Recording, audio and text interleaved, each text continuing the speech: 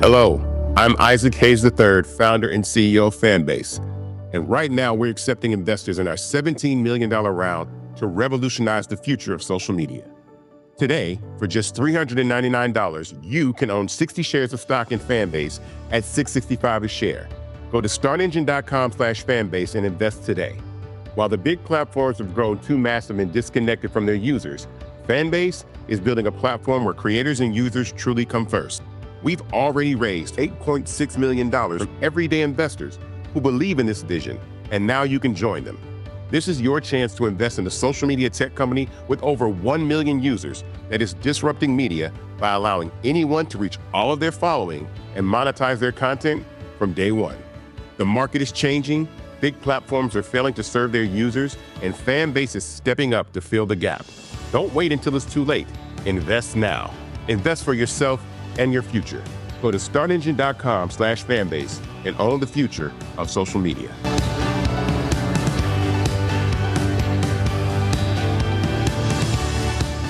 Folks, Black Star Network is here.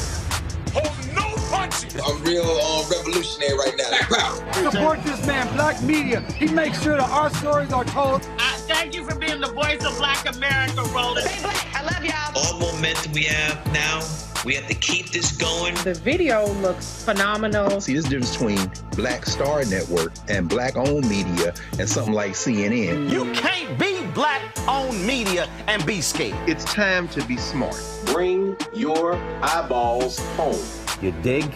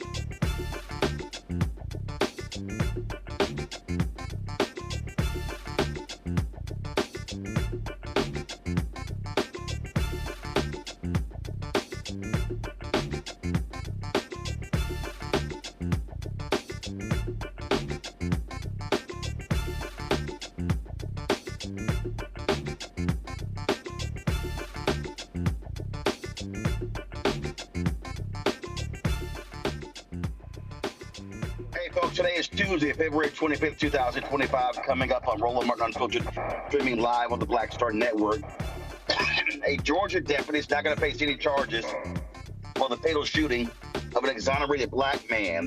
The attorney for the family of Leonard Cure, Harry Daniels, will join us on the show to talk about this case. Also, Democrats are warning Americans for the largest Medicaid cut in history. We'll talk about that. We'll hear from Democratic House Minority Leader Hakeem Jeffries on this very issue. Also, 21 staff members at DOGE have resigned, refusing to participate in the dismantling of critical services. Also, the White House says it will now control the media in the pool. White House correspondents are not happy about this. Also, the twice impeached, criminally convicted felon-in-chief Donald the Con Trump, he's rolling out, y'all, a gold card. Literally, that will allow for rich people to spend $5 million to essentially get ahead of the green card process. What the hell is he doing? And the Black Georgia workers who sued Rudy Giuliani, they have settled that case and it has now been dismissed. We'll also discuss why a Florida congressman, well, the cops wanted to arrest him on assault of a woman. He's also married. But Trump's U.S. attorney for Washington, D.C., will not seek charges against him. So Republicans no longer get convicted or charged of any crimes.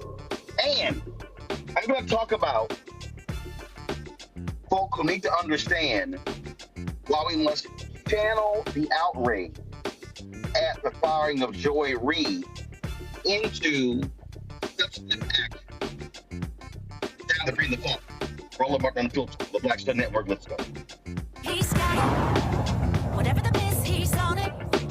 Whatever it is, he's got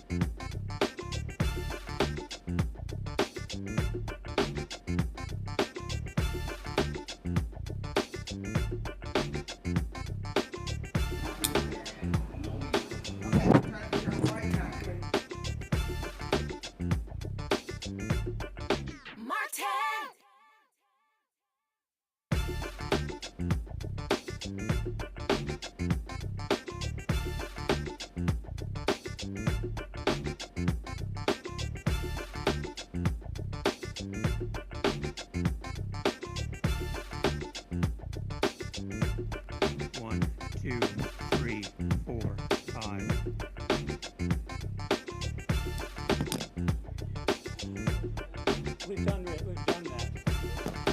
I'll do this one too.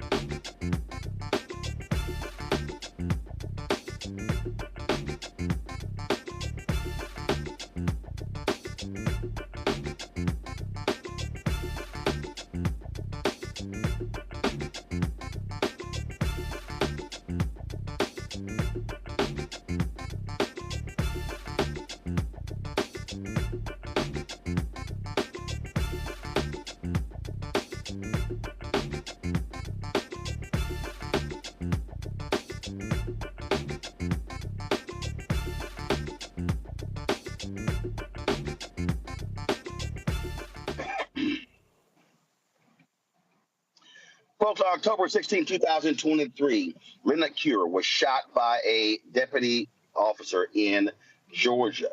That officer, who had been fired from a previous job in law enforcement in 2022, is not going to be charged in his death. Now, Cure died 3 years after he was exonerated by Florida authorities who freed him from prison after he had served 16 years for a crime he did not commit. That traffic stop resulted in a violent struggle, and the 53-year-old was shot. Joining us right now is Harry Daniels. He is the attorney for the Cure family. Harry, glad to have you here. So walk us through why was this decision made by the district attorney not to charge, indict this officer? I think that the reason was because objectively, when they viewed the video and asked themselves the questions, could they get a conviction in this case, particularly with the use of force that led to the death of Mr. Cure? I think that their answer was no. To the extent, well, could a civil liability, which the standard is different in a civil case, preponderance of the evidence versus beyond a reasonable doubt, that's a different standard. But I think when you look at the video in its entirety, then leading up to the shooting of Mr. Cure, I think the district attorney's office concluded that they don't believe they could be able to get a conviction beyond a reasonable doubt of any type of crime or murder or voluntary manslaughter against the officer. So what I want to do is I want to roll this video from the beginning. Audio up, please. so folks could actually see what transpired. Okay, guys, roll it.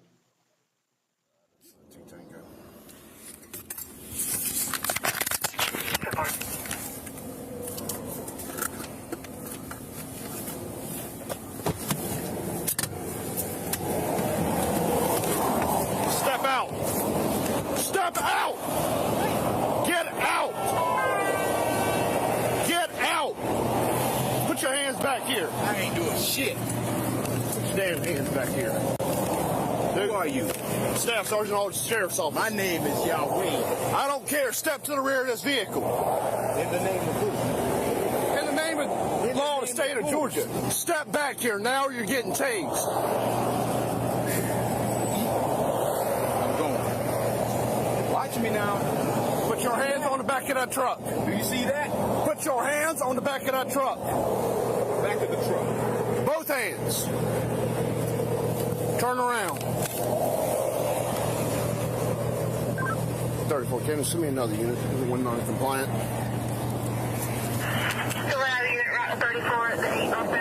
Your name is Officer who? Staff Sergeant Aldridge with the Camden County Sheriff's Office. Who county? Camden County. Put your hand behind your back. Do I have a warrant? No. Excuse me. Either put your hands behind your back or you're getting tased. I'm telling you that right now. Why am I getting tased? Because you are under arrest for speeding and reckless driving. I'm not driving. Nobody was hurt. How was I speeding? You passed me doing 100 miles an hour. Okay, so that's a speeding ticket, right? Sir, tickets in the state of Georgia are criminal offenses. I don't have a ticket in Georgia. You do now? Why? You passed me doing 100 miles an hour. Offense and what? Am I going hands behind your back? Yes, you are going to jail. Hands behind your back. Put your hands behind your back.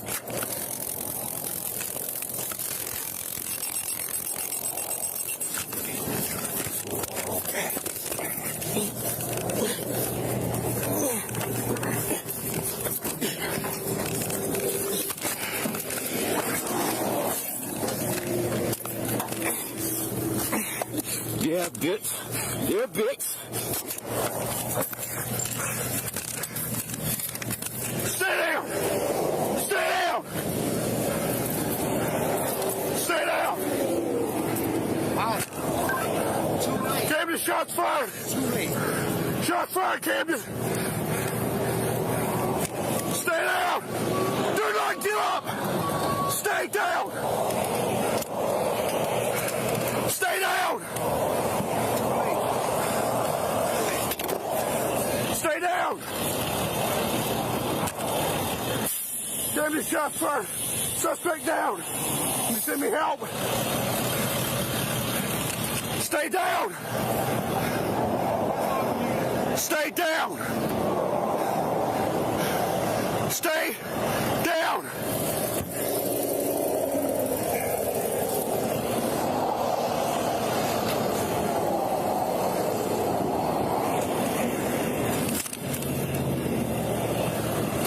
David, are you clear?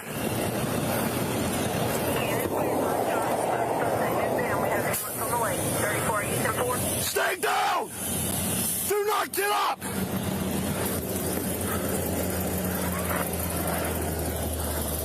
You all right?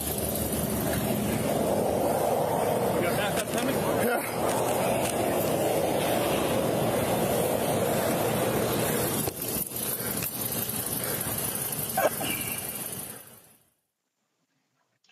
Harry, this is what I need to understand. What led to the initial stop? What was Leonard? What was he doing? So it's video that we have, and I don't know if that's out to the public. I believe a portion of it is. Mr. Cure passed Deputy Aldridge, Buck Aldridge, speeding. He passed him on the left side. He was maintaining his lane, and it was a simple speeding violation. It wasn't reckless. He just passed him on the left side, and I think it's the video actually may be seen, or this may be after he passed him. But he passes him, and Aldridge immediately goes after him. Immediately, that's a pass right there. You can see it. Aldridge go after him, turns lights on.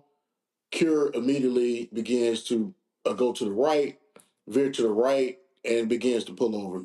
There's no high-speed chase. There's no endangering the public, other motorists on the road. None of those factors took place. You can see where the deputy gets behind him. You can see he turned his brake lights on that you can see now, and he turned his signal light on, and he began to get over. That although unlawful to speed in the state of Georgia or in a lot of other states, he's still a compliant motorist when he began to pull over and pull over for the officer lawful. But the officer get behind and put his lights on and began to pull over. What happened So I next? want to do this now. So I want to do this now. I want to do this now. So now we have that. All right. So control room. Now I want you to play the beginning of the video we just showed, because I remember this. I remember this vividly when we first aired it, and I talked about the actions of the officer, the level of aggressiveness. So now, folks, roll it. So now we saw him passing, now signaling to move on to the right. Now let's play again. I want to see the beginning of this for the audience. Go. And for change that out of the T-Tango.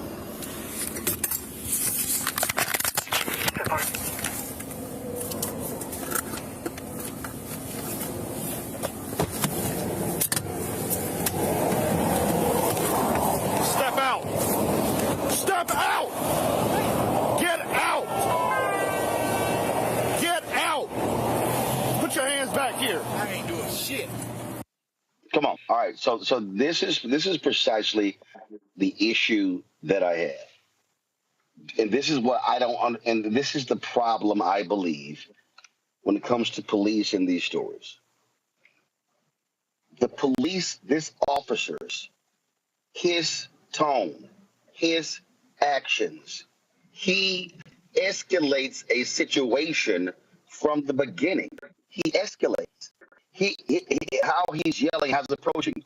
It's a speeding violation, to your point. So it's not like this is a really major deal here. His actions establish the tone for how this traffic stop proceeded. Right. And one of the things that we're dealing with, particularly Ben and I, in this lawsuit, you're talking about a speeding. He said he was going 100 miles per hour. There's no way Aldridge could determine that because Aldridge was not running radar. As you can see, they was going in the same direction. So he's a guesstimate or estimating how fast, and they usually call it pacing, how fast he believed that Aldridge was driving. But he escalates this, and he tells them to get out of the vehicle. As an officer on side of the road by yourself, the first thing you're not going to do is tell a person to get out of the vehicle. You don't want to get out of the vehicle because they may have a weapon. You want to make sure the person is not having a weapon, or the person, if you feel like you're going to make an arrest, you tell them to take the keys, throw the keys out the window, leave your hand on the steering wheel. He immediately tells Mr. Cure to get out of the vehicle. So he escalated a traffic stop that eventually rose to an unlawful use of the taser that subsequently led to Mr. Cure being shot and killed by him. The thing is just here. Here's it. I've been pulled over for speeding. I've been pulled over for driving 80, 85, 88. In fact, I remember literally driving from College Station, Texas to Dallas, and it was a 2-lane highway, and I pulled to the left side, the cop, and I literally look over, and I see it's a cop. Well, hell, I'm already here. And I sped up.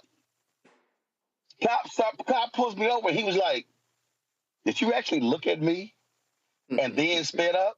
Well, hell yeah. I mean, I was already here. So, because I was trying to get back to Dallas for a meeting. And the bottom line is, he approached my car. Sir, can I please see your driver's license and your insurance? Right. Gave it to him. You saw me. You saw the police officer. That's what it was. So this is the problem we're always talking about. The actions of the cop at these traffic stops is what determines 98% of the time how the stop is going to go because of their tone, their actions. They are supposed to de-escalate, not escalate. Right. This is absolute agitation by this officer, this deputy here in Camden County. Camden County is no strangers to corruptions and unlawful acts of police officers and their deputies.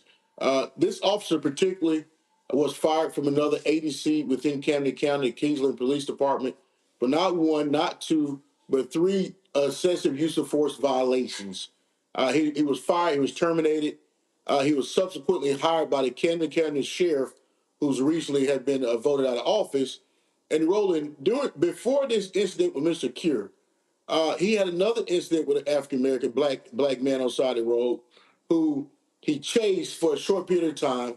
The car crashes.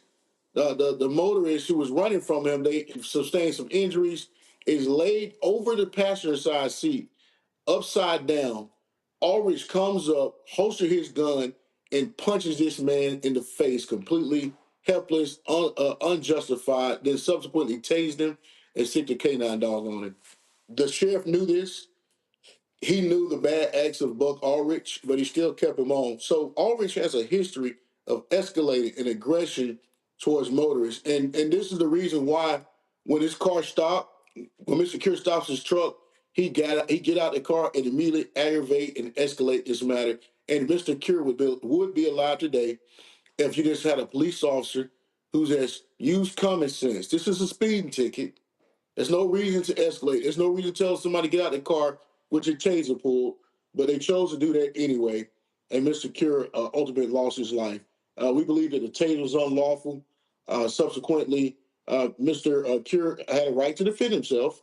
I would suggest in a situation where the person has a weapon, and subsequently Mr. Cure was shot and killed. And I knew the district attorney. We knew the district attorney was never going to bring charges on this. This is one of these cases where, they don't even bring charges when they got a clear-cut case of murder, let alone a case where a black man is trying to defend himself who was subsequently shot and killed by a law enforcement officer. So there won't be criminal, but y'all absolutely are pursuing a civil case, correct? Absolutely. The civil case is ongoing, not just the case as the wrongful death for the unlawful use of force against Buck Ulrich, but we also sued the Camden County Sheriff for practice and policies as relates to other cases. And Roland, y'all know stranger, the case in Camden County, we had multiple cases in Camden County where this sheriff swept it under the rug, and eventually these people were found out of using unlawful use of force, bad conducts, bad actors, and we feel like this is something that needs to be changed. The policy in Camden County needs to be changed. So we have brought a policy and practice lawsuit against the sheriff, the former sheriff of Camden County. So we have a long way to go in our civil suit. The Cure family is motivated to pursue justice on his behalf. Mr. Cure was in prison. Roland, he was in prison for 16 years, Roland convicted, just to get out and be shot and killed by a rogue and deputy in the Camden County. Last thing here, while I have you here, just share with our audience. You've had to deal with a number of these cases before, along with Attorney Ben Crump, Lee Merritt, and others. Explain to people how difficult it's now going to be on the federal level with this Department of Justice, this FBI, this U.S. Attorney in D.C. I don't think people understand that essentially y'all can't look for help from the federal government because of the type of people we now have in charge. Right. So the Department of Justice Civil Rights Division is simply is non-existent. So you can see that the Department of Justice has recently deleted the police role or list where you had officer misconduct, and they deleted the list. The list that was put together for a list to show that officers that committed bad conduct and actually committed crimes were convicted. The Department of Justice deleted it. The agreements with the city of Minneapolis and other cities dealing with police reform, a complete halt, stop on the agreements that was in play. So we don't anticipate any help whatsoever from the Department of Justice. Matter of fact, when the new administration came in and before they appointed their people in the Department of Justice, I told Ben, Lee, and others that we are the Department of Justice for the next 4 years. It's going to be us. And we're going to continue to fight. We're going to continue to pursue justice at the local level. District attorneys own up. So at the end of the day, right is wrong is wrong. And we are more eager now and seasoned to fight this fight on behalf of the people, all colors, all races, because use of force, violation, use of force, and unlawful use of force dealing with law enforcement misconduct really has no color. But unfortunately, it's happening more to black people than others. But we are poised and ready for this fight and just continue to work. All right, Harry Dan, I certainly appreciate it, man. Thanks a lot. Continued great work. We appreciate it. Thanks, Roland. You have a good night, man. All right, thanks a lot, folks. We'll be right back on Roland Martin Unfiltered right here on the Black Star Network.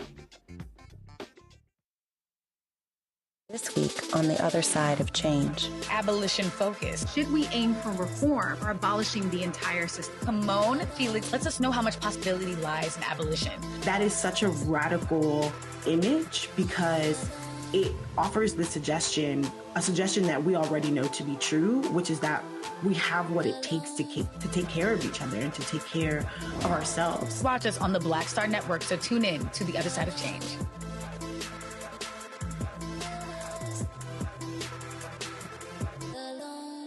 On the next Get Wealthy with me, Deborah Owens, America's Wealth Coach, have you ever had that $1 million idea and wondered how you could make it a reality?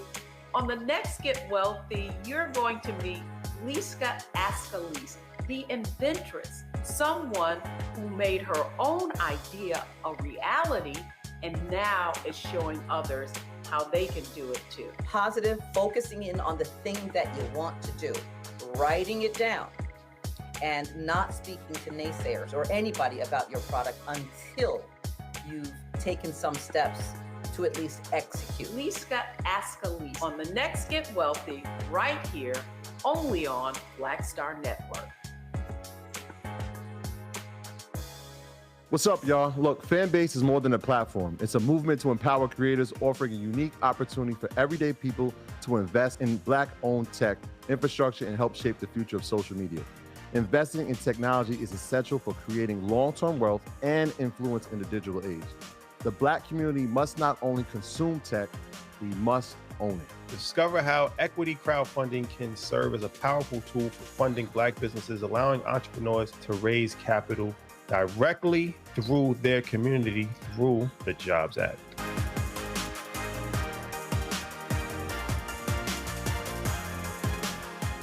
Coming up on the next Black Table, a conversation with Professor Howard W. French on his new book, Born in Blackness, covering 600 years of global African history and helping us understand how the world we know today is a gift from Black people. There could have been no West without Africa and Africa. That's on the next Black Table with me, Greg Carr, only on the Black Star Network. Coming soon to the Black Star Network. For y'all, when you're on that stage or when you're and you're seeing 2 and 3 or 4 generations in the audience, that's got to speak to you about the power of what y'all have become. Oh, most definitely. I think we were doing our show before our break, and remember, I was watching this kid. I could not take my eyes off him because he was about 9 or so. He was sitting in the front row with his, over on the right hand side. Yes. I was amazed that this kid knew everything, and I was like tripping to see how many songs this kid actually knew. And he knew them all. And he knew them all. We had to go over there and bring him on stage and take a picture with him, at the end of the show and stuff, because it was just that amazing. It's like, this is crazy. The music travels everywhere, like what Philip was saying, seeing this young kid. Then you hear our songs on commercials, cold commercials. Then you have the younger ones that hear our music in animation.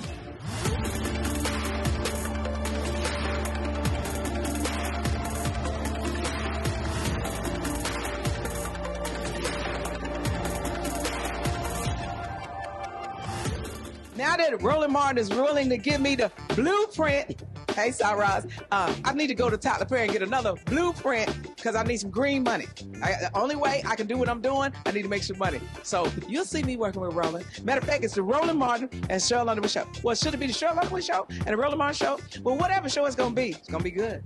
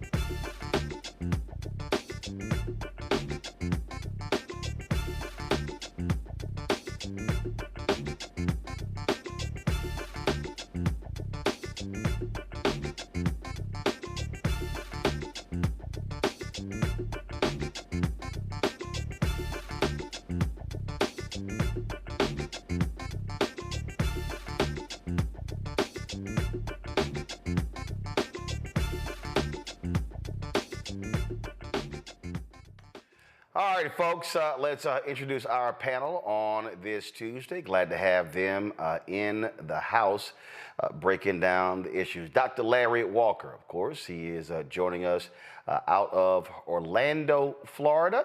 Glad to have him on the show. Always glad to have good Alpha brothers here. He's with the University of Central Florida. Also, Joe Richardson, civil rights attorney out of Los Angeles. And Dr. Mustafa Santiago Ali, another Alpha, former senior advisor for environmental justice for the EPA out of D.C. And so, Joseph, Joe, you're sitting here among three Alpha brothers, so that's how we roll. Let's get glad to have our brother panel. So, Joe, this is the thing that I continue to say when we do these stories. A fundamental issue for how these cases ends up is always going to be, how does the cop behave? That's step number one. They set the tone with how they act. And if their job is to protect and serve, they're going to do it a certain way. Like, the time they got you dead to rights because you sped right past them, looked at him and kept doing it. But he still approached you a certain way because he also knows that this contact can go a lot of different ways. And it's an opportunity, by the way, to make sure they reinforce the notion that they're there to protect and serve and hold accountable as well.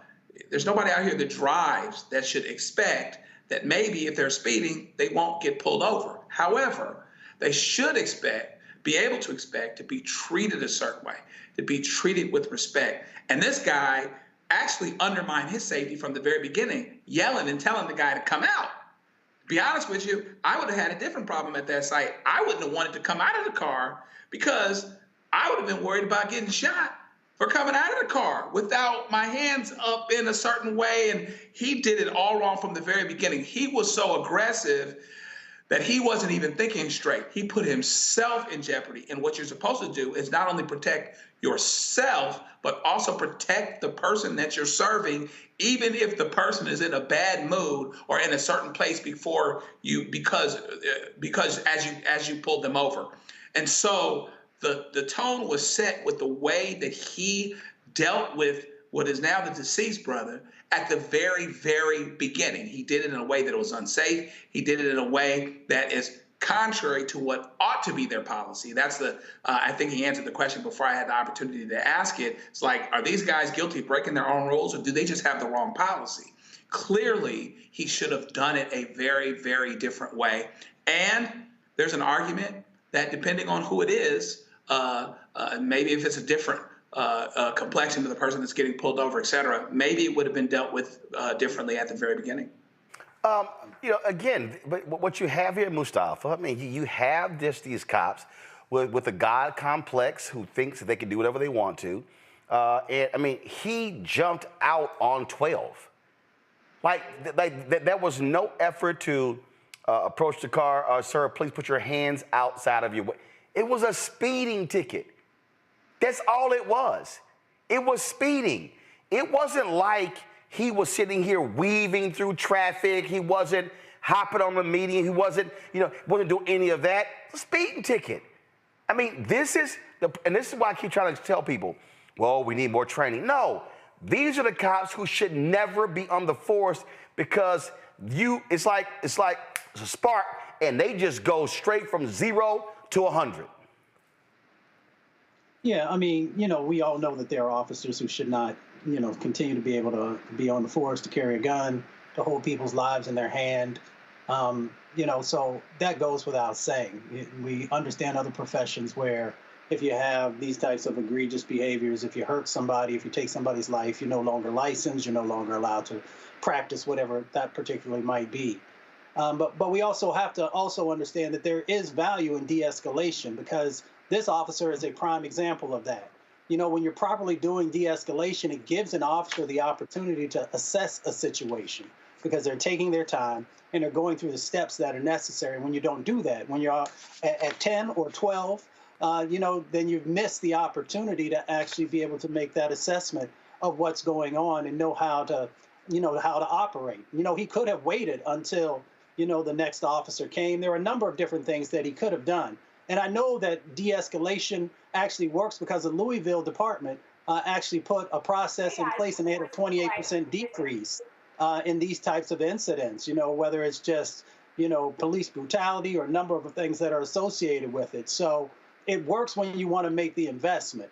But if you don't, and you're going to put officers who have, these records of misconduct or a number of other things out there on the street, then you're going to get these types of results because we know, unfortunately, in our country, we've got about 1,365 people, I believe was the number last year, of folks who are killed by police. So it would just make sense to have, one, a better group of officers who are actually out there, and two, to make sure you're making the investments so that they have the skills that are necessary to be able to interact with citizens in a very respectful and human way.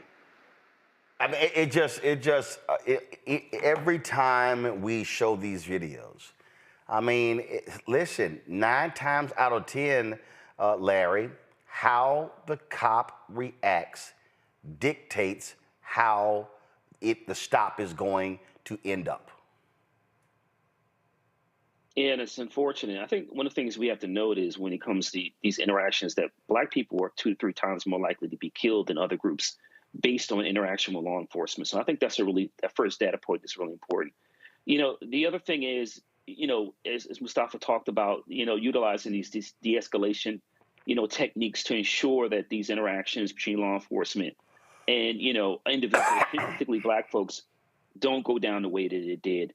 Yeah, I think the other thing is, Roland, and we talked about this in the story, is that this police officer sounds like he shouldn't have had a badge. So he shouldn't have been in a position to be a law enforcement officer and pull someone over. I know that some states have passed laws where individuals who, law enforcement who got in trouble in other parts of the state aren't allowed to kind of move from one place to another. But we need a national database to prevent individuals from, in some cases they've moved from state to state, and then they once again are in situations where they de-escalate or they panic and someone is shot and killed. A disproportion of those folks end up being Black. But we need to do a better job as a nation. I know you just talked a little bit earlier. We know for the current administration has, deleted a lot of DOJ data in terms of law enforcement, interactions with, citizens. But, simple training is not enough, particularly when you don't see someone's humanity. And I think that that's something that we really had to have more, an important conversation about. And that's why just training and ensuring someone, know what policies and procedures are is not just enough. All that won't matter if you don't see that person as a human being. And now we unfortunately see, this gentleman's lost his life, and a long line of Black folks who probably should be here today with their family members and not having a kind of funeral. And that's always the point that I'm always raising, that he's dead. The cop, he can get fired. He can go get a job somewhere else. But this brother's dead. You don't come back from death. And this is the fundamental problem that we face. There was a video that I saw. I can't find it. I can't find it. I saw it a few years ago, also on YouTube. And where there's a female cop. She was just going bonkers, yelling at a dude, telling him to shut up, stop talking. She eventually got fired. She eventually got fired, but it was a crazy video. And we've just seen this so many different times of these cops who just don't know how to behave, who just don't know how to respond. And these are the people who don't need to be on the force. These are the people who need to be fired. And the problem, you said, is too often they keep getting rehired at other places. And so the problem just transfers. The cop in the Sonia Massey case, same thing. I mean, this cop, he should have not been hired at that police department. And that's the thing right here, Joe. It happens over and over and over again. And this Trump Department of Justice, they don't give a damn. They don't care about citizens. They side with law enforcement. And so for them to get rid of the database, we're able to track these cops. So they don't mind these thugs. So Trump is like, sure, what the hell? Beat people, shoot people, tase people, kill people, whatever the hell. Hey, in my book, you're great. And, disproportionately, as the point has just been made, this really affects black folks disproportionately. But that being said, there's a whole lot of white folks that could potentially be negatively affected by a rogue cop that doesn't care because they start off at 125 degrees at the very beginning. This particular cop had been accused of, roughing up a woman in a way that he shouldn't have. He had several incidents where he did excessive force and apparently lost his previous job because of it. Nobody's better off for cops that, among other things, out of fear, hatred might be part of it, but fear too. Saul brother, he comes out. A lot of times people puff up because they're scared of having to do something, right? I've been pulled over in situations where, you have to be the person to de-escalate because the police officer is escalating. I was speeding, okay, but I'm going to try to be compliant. I'm going to try to do what you need to do. But even in that situation, nobody ordered me to get out of the car right away and all of these other things. And so he came across the wrong situation, but between him being hired where he was and continuing to have the opportunities that he'd had, despite the mistakes that he's made, mistakes of the same ilk, this ended up being a terrible, terrible combination. And then add, like you said, what's happening with the Justice Department, where effectively we won't have a Justice Department for a period of time, and records will go away, consent decrees will go away, records of police activity related to illegal issues, stops, arrests, brutality, et cetera. A lot of that's going to go away. And so now we are not going to have the numbers that we need to have in order to continue to demonstrate that's what's going on is going on, and that it's a problem that needs to be remedied. And so, we have a problem this way, and we're going to have to become the Civil Rights Department until further notice, because we're not going to get any help at the top. We'll see what happens with this case. Because this is not an easy case, even though I see the route. But you could run across an unsympathetic jury that really doesn't care. And so we're going to have to do the best we can here. And that includes us, by the way, as citizens, doing the best we can to de-escalate, because these police officers are not going to do their job. All right, gentlemen, hold tight 1 second. We come back. We're going to talk about Democrats on the Hill speaking out against the Republicans' atrocious budget plan. We'll have that next. Folks, don't forget to support the work that we do here at Roland Martin Unfiltered and the Black Star Network. One of which will join our Bring the Funk fan club. Our goal is to get 20,000 of our fans contributing on average $50 each. That's $4.19 a month, 13 cents a day. If you want to support us via Cash App, do so using the Stripe QR code. This is it right here. If you're listening to us, go to blackstarnetwork.com. You can click Cash App to continue to contribute. You can send your check and money order to P.O. Box 57196, Washington, D.C., 2003 7-0196. PayPal is R Martin Unfiltered, Venmo RM Unfiltered, Zelle Roland at RolandSMartin.com, Roland at RolandMartinUnfiltered.com. We'll be right back.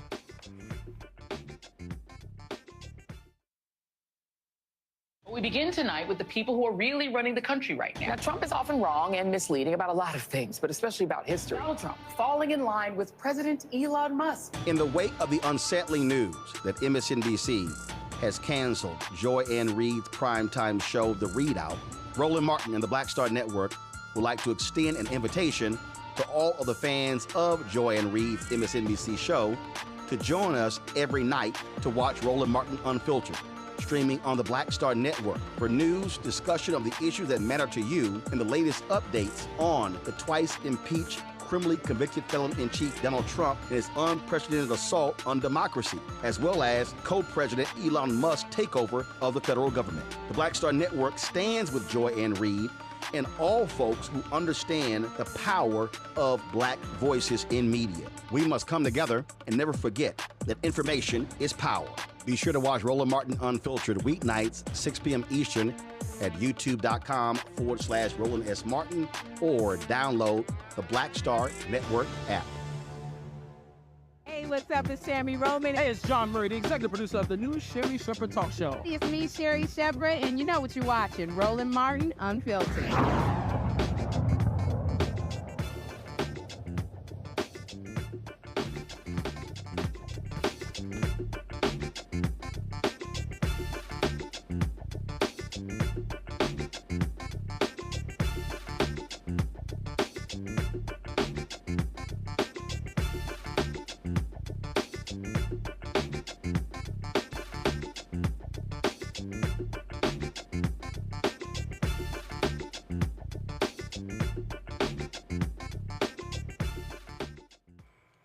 House Democrats united on the Capitol steps to warn Americans about the massive spending blueprint that would translate into the steepest Medicaid cuts in the program's history. Republicans want to cut $880 billion out of Medicaid. Democratic leader in the House, Hakeem Jeffries, said the Democrats are vowing unanimous opposition to this particular budget bill. Good afternoon. Today we stand together as House Democrats with the American people to push back against this reckless Republican budget.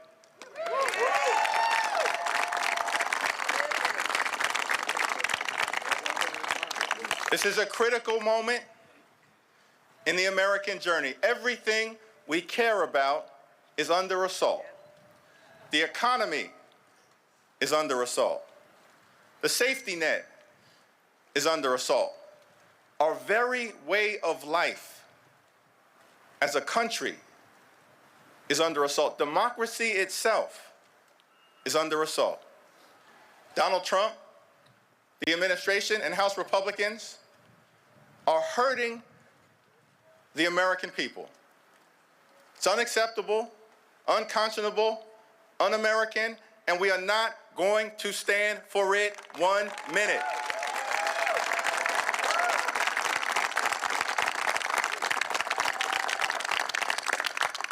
The Republican budget represents the largest Medicaid cut in American history.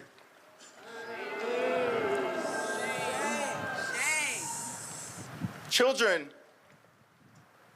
will be devastated. Families will be devastated. People with disabilities will be devastated. Seniors will be devastated. Hospitals will be devastated. Nursing homes will be devastated. So let me be clear, House Democrats will not provide a single vote to this reckless Republican budget.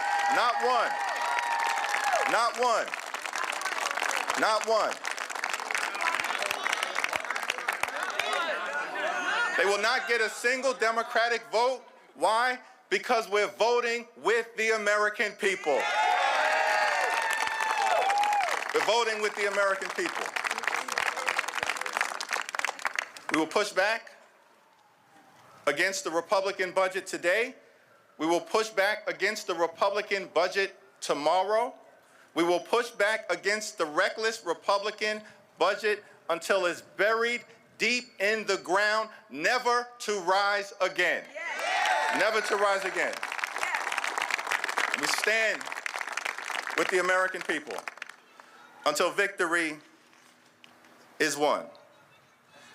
The reckless Republican budget will hurt everyday Americans who rely on Medicaid, rely on nutritional assistance, and rely on veterans benefits. This is not a reality show. This is not a joke. This is not politics as usual. It's a matter of life and death. And so we will stand with the American people. Stand with them today, stand with them tomorrow, stand with them next week, stand with them next month, stand with them this year, stand with them next year, stand with the American people until victory is won, this budget is defeated, and America is restored.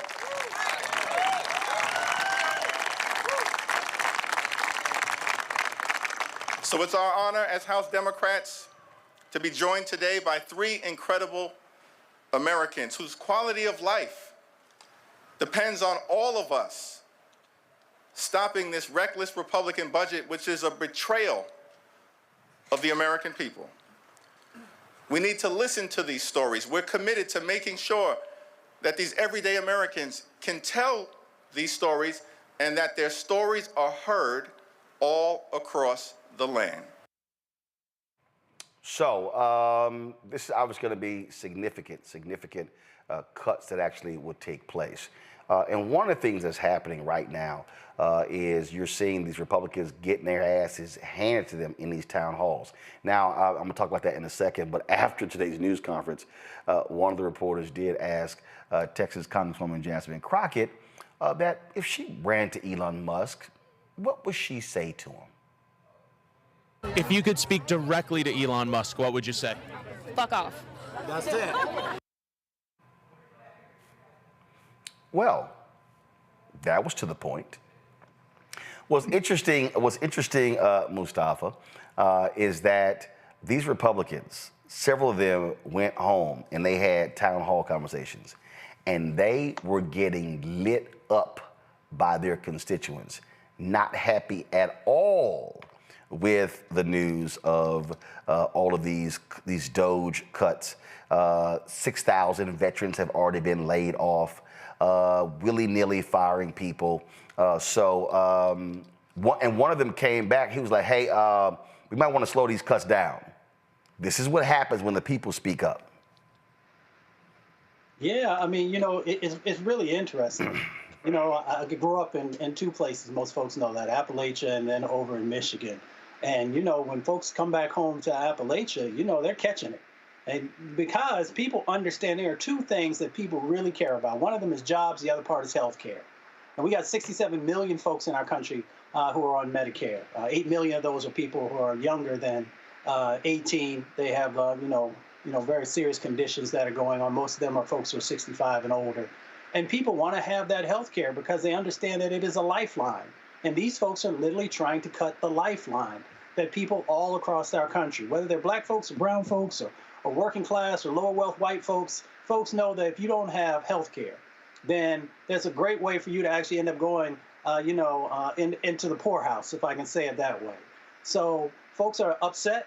This is probably taken kind of lightly. People are mad as hell because there is a set of expectations. The other thing in our country is that once someone has the benefit, it is incredibly difficult to take that benefit away from them or to weaken that benefit or to cut that benefit.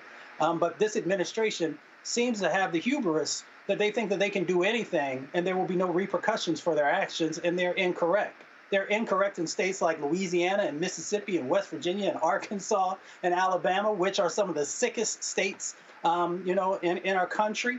But there are a number of others that are right there next to them.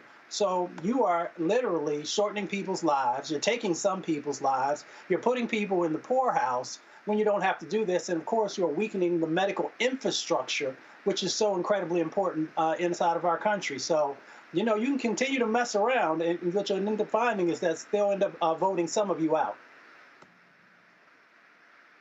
Larry, this was a map that CNN put together that showed the number of federal workers in states that Donald Trump won. They keep complaining about how big the federal government is, 2 million federal workers. Well, guess what? 979,900 federal workers, that's almost 1 million, are in red states. So guess what? If they start bringing the meat cleaver to federal jobs, you know what they're about to impact? Red states. That means those folks are going to be without jobs. That means unemployment benefits. That means SNAP benefits. That means loss of health care. That means potential loss of homes. That means being evicted. So, oh yeah, it's going to have a huge impact. So, and what I keep saying to people over and over and over again, that these white conservative voters are going to have to feel the pain because they thought that Trump was going to be going after the other people. Like, I love keep hearing this phrase, we didn't vote for this.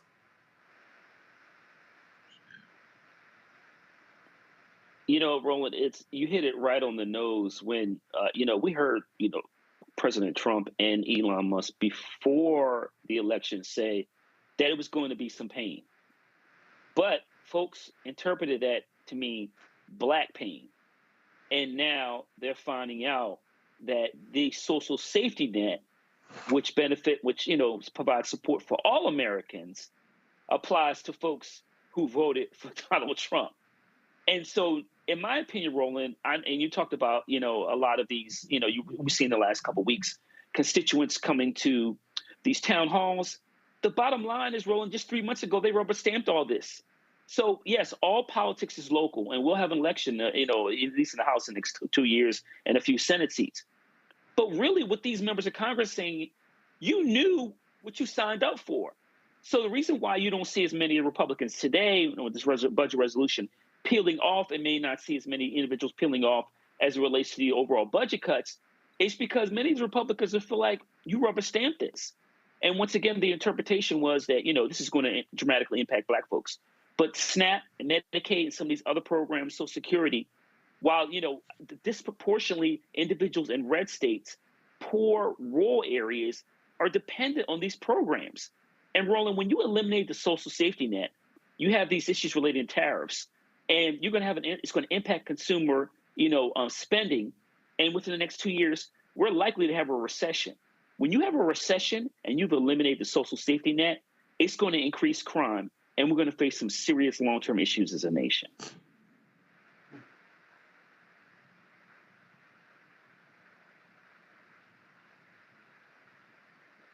Just real clear with these people, Joe. And that is, y'all keep saying we didn't vote for it. Yes, you did. Yeah, as a matter of fact, you did. You voted for this. And,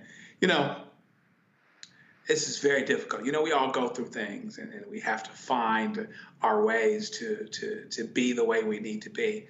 But I got to tell you, there's a human part of me that makes compassion a little bit more difficult in moments like this, where you elect a certain person who's not thinking about you. You had no good reason to believe that he was thinking about you. And then once it happens, it goes down and he doesn't think about you. And now you wonder, you got your hands up in the air and your mouth open. And I'm like, but you knew who he was. He told you who he was. He let you know who he was. It's just kind of one of those things. He says this about you, but then you just deflect it as if he's not saying this about you. He's been for the bridge from the very, very beginning. Not for poor people, not thinking about poor people, not thinking about people of modest means, et cetera. And the fact that he has taken a chainsaw to finances, et cetera, and government funding without a scalpel, as opposed to the fact that he has done that has created a serious, serious problem, which guarantees not only the attendant consequences of shutting some people out, which is amazing. People were blind that they couldn't see that was coming, but there are going to be unintended consequences as well. This is not going to be good for the markets. This is not going to be good for people's long-term prospects at all. There are more white people on welfare than there are black people on welfare. There are more poor white people than there are poor black people. So there's no way that he is going to take a hacksaw to funds and social safety net, and it doesn't affect them. It's absolutely going to affect them, and it's starting and happening already. Ask farmers that were dependent on certain money and certain support that haven't gotten it. They're already at incredible crossroads in their lives where multi-generational farms are, in the midst of potentially being lost or jeopardized. And so you knew this was coming. And it's something in law, a lot of times we say you knew or should have known. And if you knew or should have known, if you should have known, but you didn't know, you're going to be just as bad off as if you actually knew.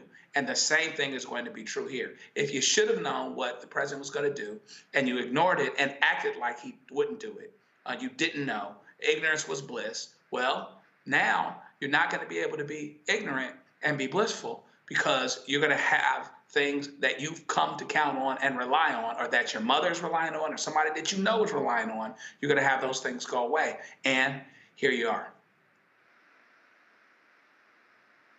Absolutely, Mustafa. I mean, you know, like you always say, we tried to tell them. Folks are hard-headed, and folks always think it's never going to happen to me, it's never going to happen in my community, it's never going to happen to my family until it does. I think for me, the question now is, what are you going to do about it?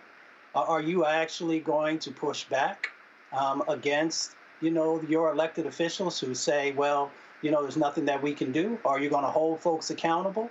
And are you going to evolve in your thinking to make sure that the choices that you make with your vote are one that's actually going to be helpful to your family and to the next set of generations to come? So that's the moment that we find ourselves in. We can't change the past, right? The vote has been certified, but you can make sure that you are getting extremely focused on holding people accountable in this moment and getting prepared for the midterms. So we'll see what folks do.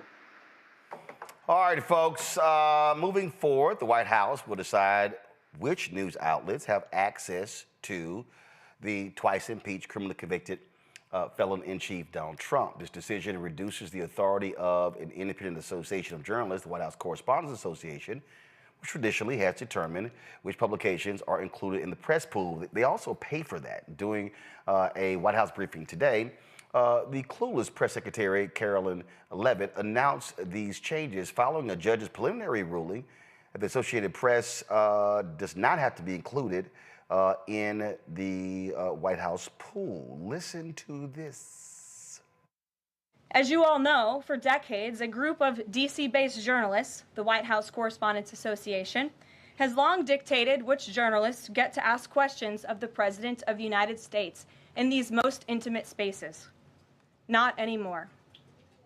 I am proud to announce that we are going to give the power back to the people who read your papers, who watch your television shows, and who listen to your radio stations. Moving forward, the White House press pool will be determined by the White House press team.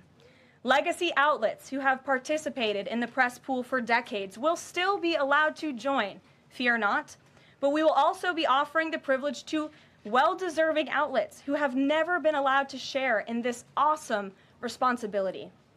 Just like we added a new media seat in this briefing room, legacy media outlets who have been here for years will still participate in the pool, but new voices are going to be welcomed in as well. As part of these changes, we will continue the rotation amongst the 5 major television networks to ensure the president's remarks are heard far and wide around this world. We will add additional streaming services which reach different audiences than traditional cable and broadcast. This is the ever-changing landscape of the media in the United States today. We will continue to rotate a print pooler who has the great responsibility of quickly transcribing the president's remarks and disseminating them to the rest of the world. And we will add outlets to the print pool rotation who have long been denied the privilege to partake in this experience, but are committed to covering this White House beat. We will continue to rotate a radio pooler and add other radio hosts who have been denied access, especially local radio hosts who serve as the heartbeat of our country. And we will add additional outlets and reporters who are well-suited to cover the news of the day and ask substantive questions of the President of the United States, depending on the news he is making on that given day. Let me explain to you how dumb these people are. First of all, there is a cost to be in the pool. Typically, that cost, it could literally cost $300,000 to $500,000 a year. When you fly on Air Force One, and I've flown Air Force One once, I've been on Air Force Two twice, you have to pay for the ticket. On Air Force One, they charge you the price of a first class ticket. Air Force Two, they charge you the price of a coach ticket. So you have to pay for that. So there's a cost there. And so everybody is not a part of a pool, okay? So these idiots don't even realize, okay, if y'all want to include all these other different people, who gonna pay for it? That's one of the reasons why the major news outlets have actually been a part of that. Well, guess what, Carolyn? She got jammed up by someone, even from Fox News, regarding this decision. I want to watch this exchange.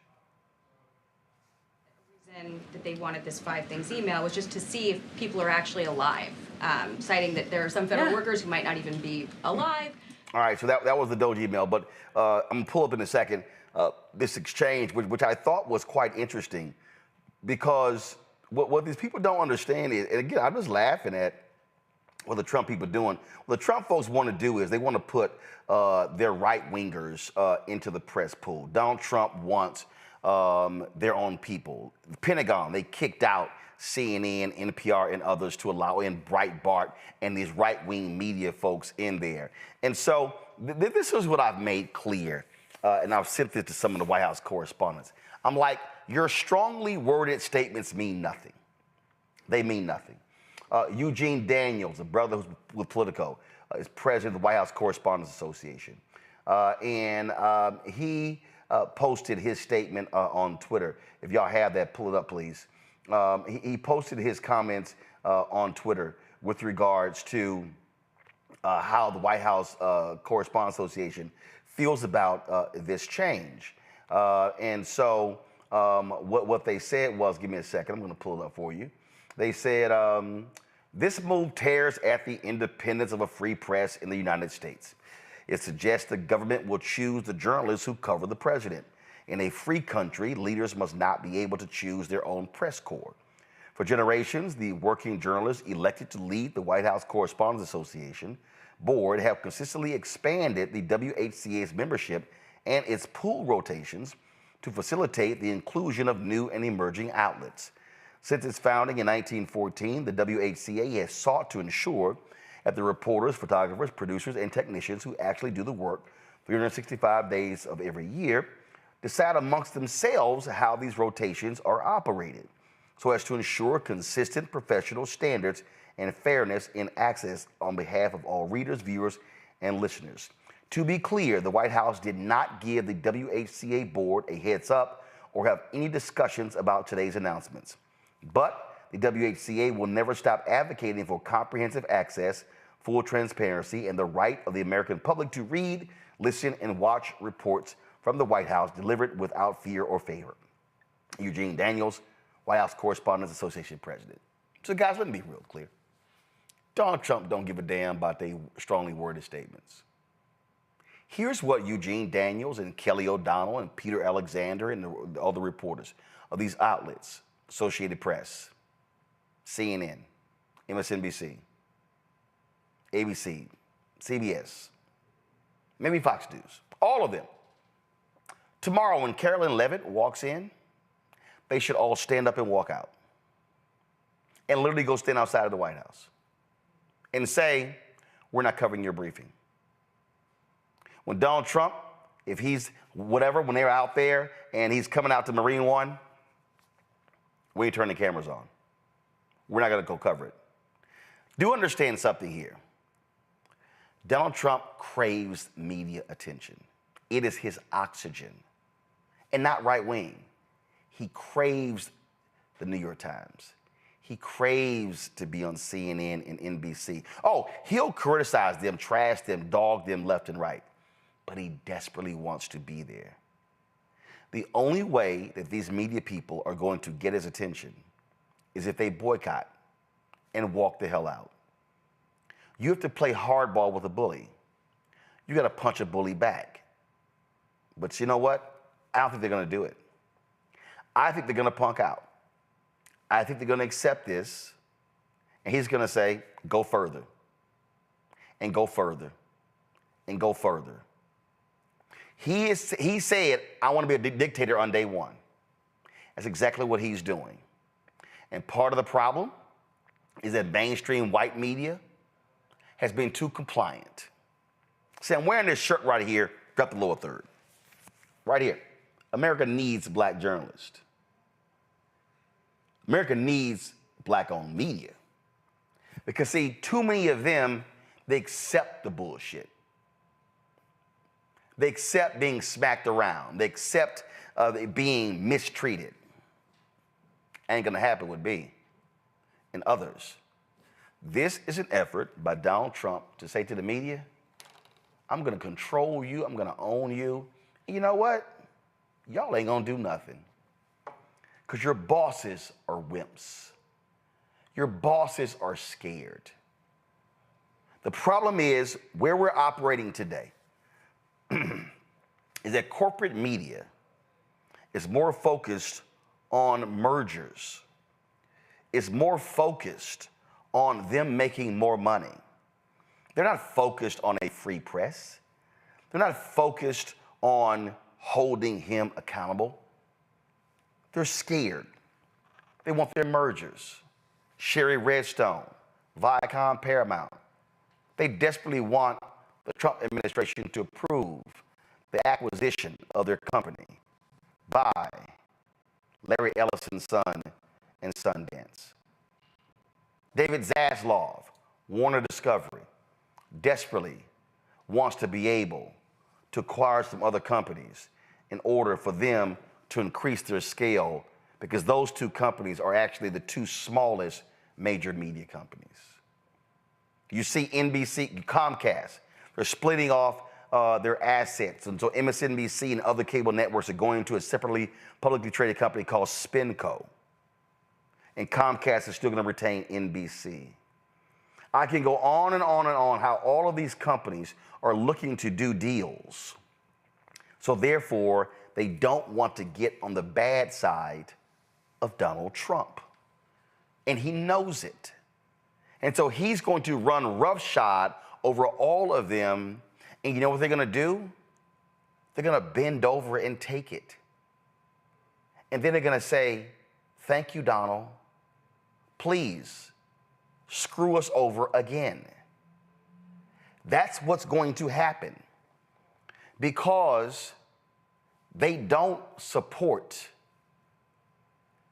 really support a free press. They support making more money. And if that means blowing off the journalists, if that means whatever, because you know what? After that statement today, Bob Iger at Disney, which owns ABC, Brian Roberts, who runs Comcast, the top leaders, they should have issued statements.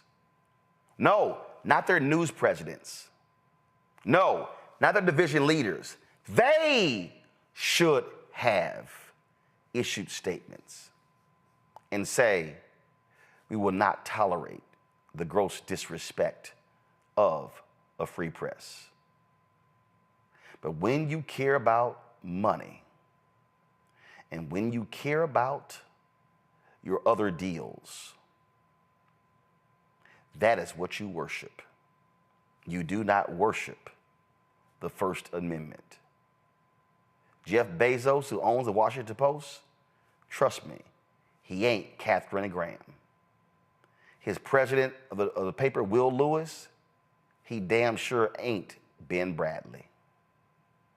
Y'all need to understand, what we have today are weak, impotent media leaders who have no desire to challenge Donald Trump or Elon Musk, because they have been neutered.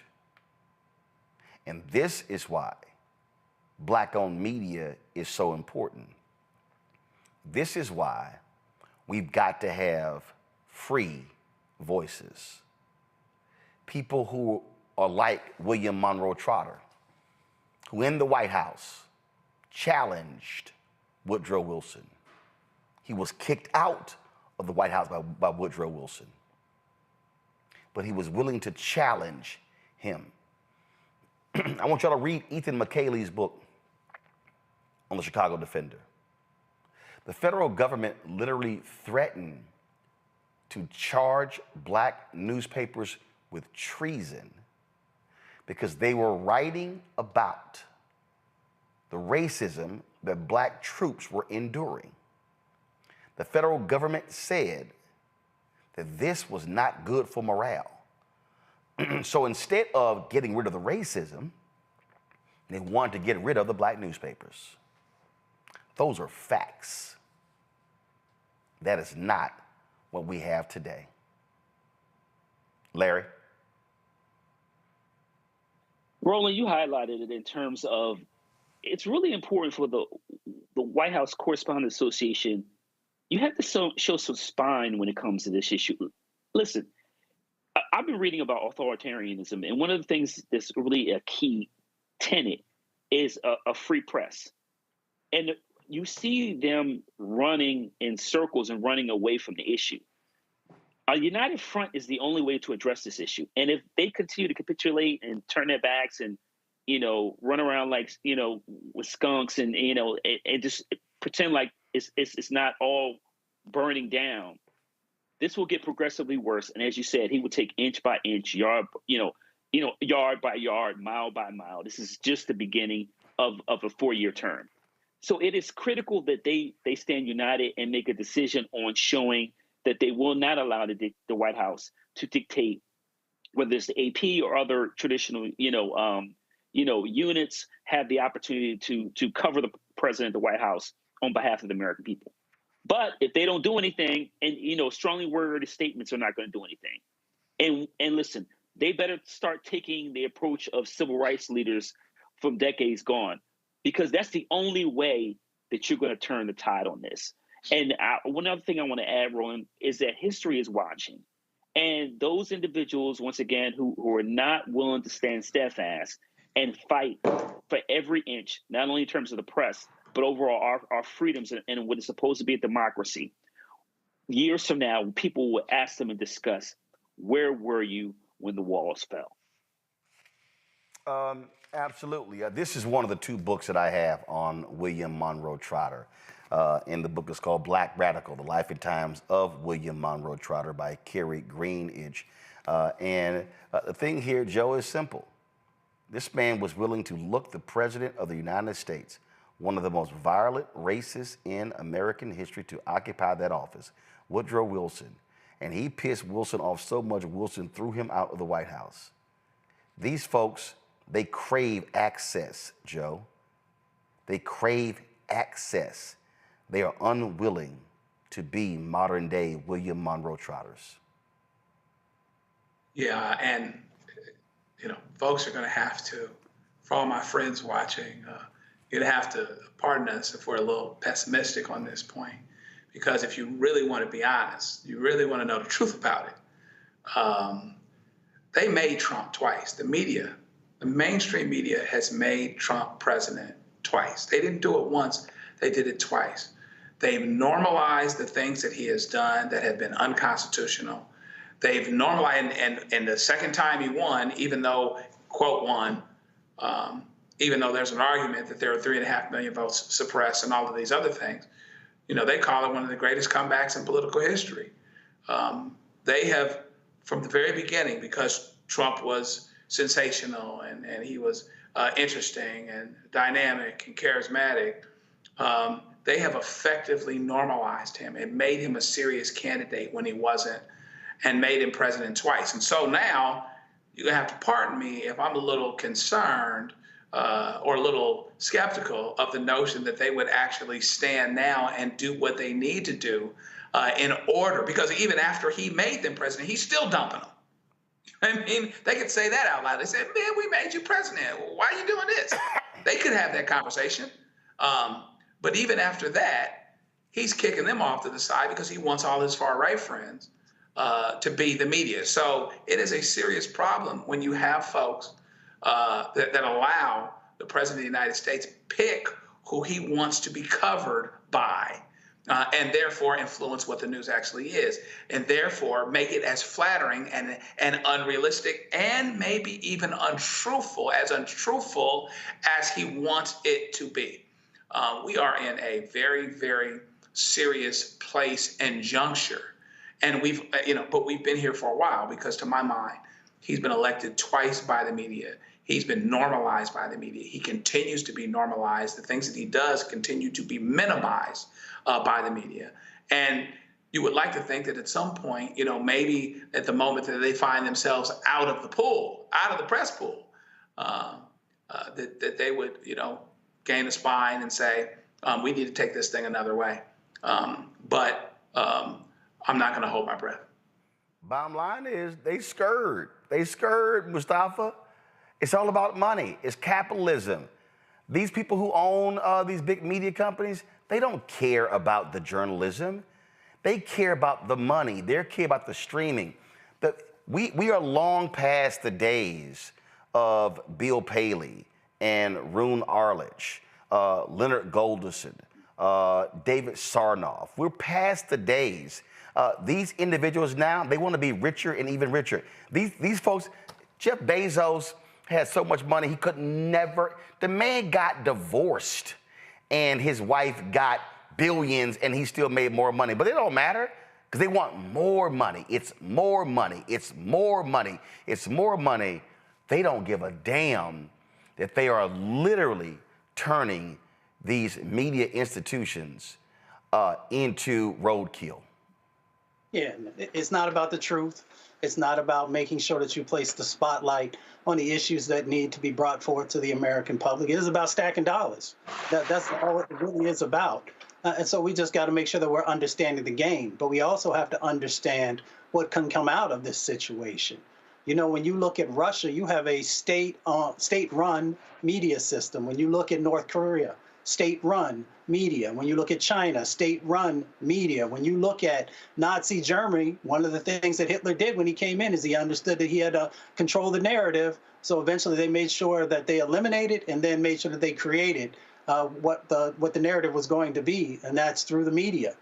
So we have to be extremely careful in this moment that we don't find ourselves in a very similar situation to the folks that that Trump is cozying up to. So it's right there in front of us. The question becomes, will folks get a spine? Will we make sure that we are also supporting the entities that are going to make sure that the truth is being told and that there's a spotlight on the issues that so many of us care about? So we have some power in this situation, but we've also got to make sure that we utilize that power. Indeed, indeed. All right, folks, got to go to a break. We come back more on Roland Martin Unfiltered right here on the Black Star Network. Again, don't forget, support the work that we do. Join our Bring the Funk fan club. If you want to contribute via Cash App, do so by using the Stripe QR code. If you're listening, go to blackstarnetwork.com to access that QR code.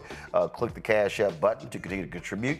Also, send your checking money order to P.O. Box 57196, Washington, D.C., 2003 7-0196. Of course, PayPal, R Martin Unfiltered, Venmo is RM Unfiltered, Zelle, Roland at RolandSMartin.com, Roland at RolandMartinUnfiltered.com. Be sure to get our Roland Martin Unfiltered Black Star Network gear. Of course, get our merchandise. Go to RolandMartin.creator-spring.com or go to BlackStarNetwork.com. Back in a moment.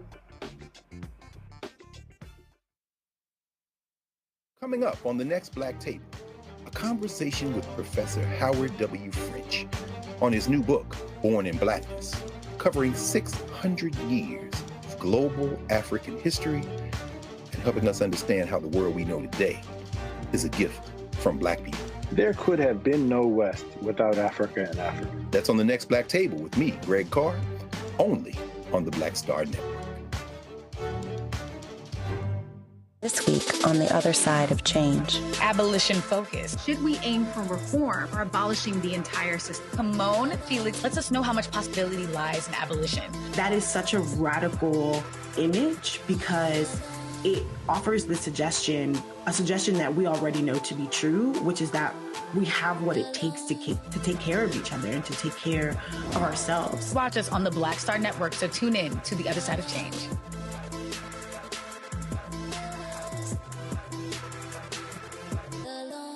Coming soon to the Black Star Network.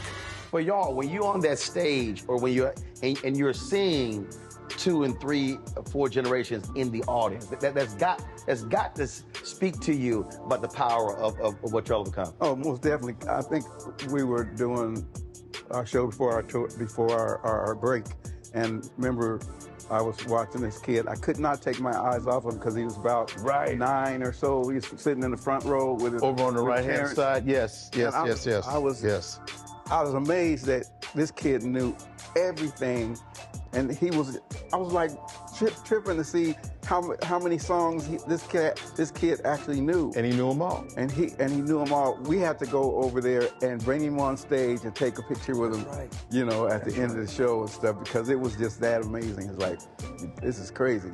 You know, the music travels everywhere, you know, like what Philip was saying, seeing this young kid, then you hear our songs on commercials, cold commercials. Then you have the younger ones that hear our music in animation.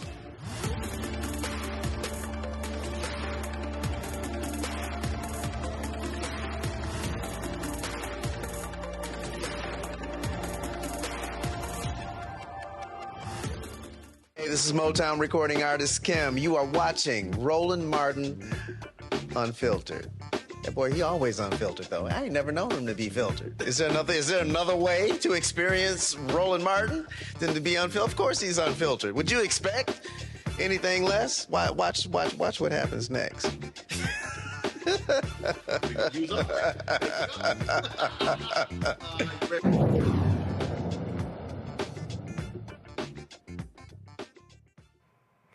You know, we really do have a stupid person who's sitting in the Oval Office.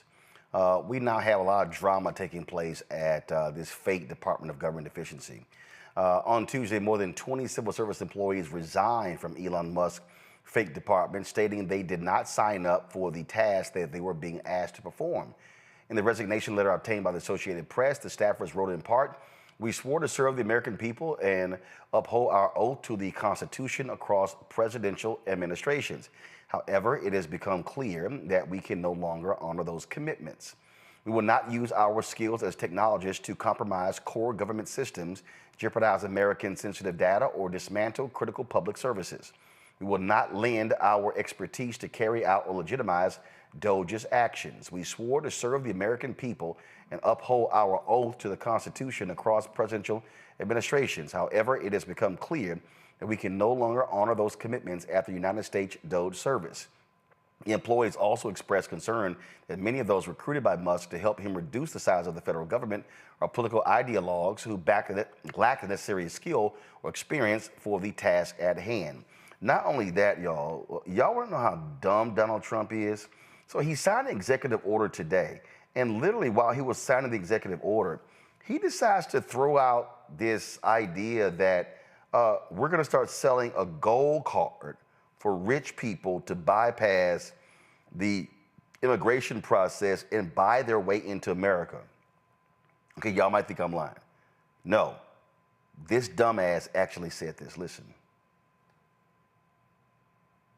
Russian oligarch be eligible for a gold card? Yeah, possibly. Hey, I know some Russian oligarchs that are very nice people. It's possible. They're not quite as wealthy as they used to be. They're not as wealthy as they used to be. I think they could afford. I think they could afford $5 million. So no, a lot of people are going to want to. A lot of people are going to want to be in this country, and they'll be able to work and provide jobs and build companies and pay taxes. All of those things. It's an incredible. It's an incredible thing. I mean, this is the group that is the first to hear it. Nobody's heard about it. Nobody ever thought about it.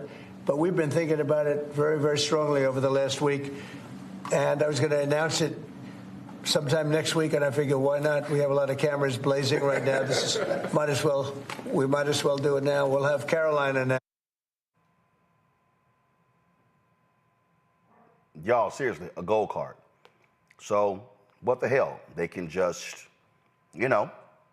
bow their way in. And so, hey, we're going to sell it for $5 million. And so, okay, listen to this idiot. Actually, I told y'all he's just stupid. Listen. Something else that's going to be very, very good. We're going to be selling a gold card. You have a green card. This is a gold card. We're going to be putting a price on that card of about $5 million, and that's going to give you green card privileges plus. It's going to be a route to citizenship. And wealthy people will be coming into our country by buying this card. They'll be wealthy, and they'll be successful, and they'll be spending a lot of money and paying a lot of taxes and employing a lot of people. And we think it's going to be extremely successful. And never been done before or anything like this, but it's something that we're going to be putting out over the next, would you say 2 weeks, Howard? Do you want to say a couple of words about it? So, what the hell? We're just going to do a gold card. I really hope, Joe, those broke-ass people in red states are watching this and realize he never gave a damn about y'all. Y'all were just too stupid to hand him your votes. He's saying, I'm here for the rich people. I'm here for the people who make a whole lot of money. The rest of y'all can go to hell. And I keep saying, these broke-ass MAGA white folks, they so broke, he wouldn't even let them walk their asses through one of his hotels. They couldn't even walk into the lobby. They would see they broke ass coming and said, no, y'all can't walk through the front door. But they believe this idiot cares about them. It's interesting because a lot of what he does and what he, quote, sells is out of regular folks' demographic. And last time I checked, there's a whole lot of regular white folks, just like there are a whole lot of regular black folks, right? These folks are priced out of this. I mean, out of the abundance of the heart, the mouth speaks. He's talking about putting rich people in front of the line, okay? And so, you know, we've got all these problems and we're overcrowded and we've got all these problems and we've got to get rid of all these people that shouldn't be in our country. But we can bring these folks to the front of the line and they'll pay a lot of taxes and they'll hire a lot of people. No, it sounds like trickle down. That's kind of what it sounds like. But that's how he vibes. This is very much him. This is very much who he is. And I want to thank you, Roland, because I get the opportunity to say what I want to on this type of forum. I can go back and forth and I can argue and I can hypothesize. I didn't stop trying to explain it to people on Facebook. I didn't stop trying to explain it to people on Instagram. Look, just keep living and you'll see how it goes. When your mother can't get her Medicare, can't get her Medicaid, when you got to pay more than $35, $50 a month for your insulin, then you'll know. Or maybe you won't, and you'll just be where it is that you are, but you're going to struggle. So I can show you better than I can tell you. And he keeps doing things that show us, and show us all the more. And so we'll see how loud they cry wolf, as if this is something that they didn't expect, or that wasn't going to happen, or that wasn't inevitable. But once again, here we are, and it's just going to continue. Regular people are getting ready to have a much tougher time than they've had for a long, long time. Listen, this thug is nothing but a grifter. In the same news conference, Mustafa, he was literally showing, hey, here are the new products I have to sell. Watch this, dumbass. Look. Yes. See that? Trump was right about everything. It just came in. Somebody sent, I said, this was sent in by a fan. I said, I think we should make some of them, right? But we were, pretty much. You want one? I'll pass. Are you allowed to take one? Because he'll consider it. I know him well. He's sort of a stiff. Yeah, Brian, you're not a stiff. He's sort of a stiff guy. You know? He'll take other things, but not a free hand. Always say yes to the president. Always say yes to the president. Would anybody like one? Mr. President, an easy question. I don't even know who that ass kisser was over his left shoulder. Always say yes to the president. Always say yes to the president. I mean, these are nothing but grifters, Mustafa. They are grifters. They are there to cheapen the Oval Office, the White House, to make a buck. That's all this is. This is a grifting operation. It's the fleecing of America. It's exactly what it is. You know, they continue to sell off pieces of America. So when he talks about, you know, whatever the number is going to be, $5 million for you to be able to get to the front of the line, that's the pay to play. that's the world that he comes out of. If you ever followed his career, you can see how he's always paying folks off to be able to do the things that he felt that he should be able to do. And in many instances, you know, folks just went along. Now, there were a few cases, of course, that he got caught up in, but that's what's going on when he, you know, sells these gold tennis shoes for an exorbitant amount of money, or sells a Bible, doesn't even know how to hold the Bible, he has it upside down, but yet he wants to sell it for whatever the number was. You know, it continues to be, you know, just selling off pieces of America. And people saw many of these things before. They didn't know about the $5 million to be able to get in the front of the line. But they did see the other things, and they said, okay, we'll continue to ride with you. Now we find ourselves in this moment where there's much more serious and egregious things that he's doing that are going to impact folks. I can tell you, the vast majority of people that I know are not going to make $5 million in their lifetime. There's a whole bunch of folks probably won't make $1 million because they're out there just grinding and trying to put food on the table and keep the lights on. But, you know, that is not of concern to him. I'll close with this. If he was serious about immigration, then he would be working with Congress to actually make the changes that were necessary to have a fair and equitable immigration bill. But he's not, you know, he's not interested in that. But he will say that if you have enough money, then you can get to the front of the line, you can come to this country, and then you can do what you want because you'll have your citizenship. Now, actually creating jobs, if you really take a look at a whole bunch of the folks that he's been, you know, chasing around and deporting and those types of things, those are individuals who actually help to create jobs inside of this country. So we need to make sure that we have a fair and legal immigration system that is built on equity. Larry? So basically, you know, a lot of these folks out here fell for the banana and tailpipe. So what do we have here? So for, you know, those individuals, like let's use for example, Roland, who are, you know, who have TPS. We know the Biden administration extended it for a number of groups, and the Trump administration then rescinded that. Venezuelans, Haitians, obviously the challenges, Cubans, etc., and individuals from other countries that are facing extreme economic and various other challenges, TPS status has been revoked. And some of those people, their status ends as early as next month. So you have those folks on the other hand, and in the other, you know, group of individuals, if you got $5 million, holla at us, right? And first of all, I don't know how they came up with $5 million and not $10, $15 million. It might as well be some much even larger amount of money. I have no idea where that number came from. But the other thing is, this is a clear indication that people voted just a couple months ago, Roland, and not necessarily these people I'm talking about who were with TPS status because they're here once again because of, you know, challenges in their country, but their family members voted for this nonsense, and now they're going to end up have to leave the country or get deported, going back to countries once again that are struggling for various reasons. On the other hand, and he mentioned, someone said a Russian oligarch, so pretty much a rich criminal can give you, you know, gets over on people, can give you several millions of dollars and have a golden parachute here in the United States. So, but it's never clear for some communities about who and what he values. But here we are, and like I said, just a few months out of the election, and a lot of people, as you said before, are finding out, and will find out even more over the next 4 years. Well, that is it. And I just sit here and I just laugh at these old broke folk. What, somebody want to say something? Go ahead. I'll say something real quick, because Republicans have been talking about for decades now about folks getting into the line and following the immigration system, right? And having to go through all those steps that often takes years and years and years for you to get your citizenship. And now, you know, Donald Trump has said, well, that's no longer the case. You know, if you got platinum card money, I don't know why he called it gold card. Anybody can get a damn gold card. Then, you know, now you can move to the front of the line. So it goes completely against everything that they said that they believe in. Now, the question becomes, are they going to make sure that they are crying out about that? Because that has been one of the major items that they have used to get people to vote. So we'll see how it plays out.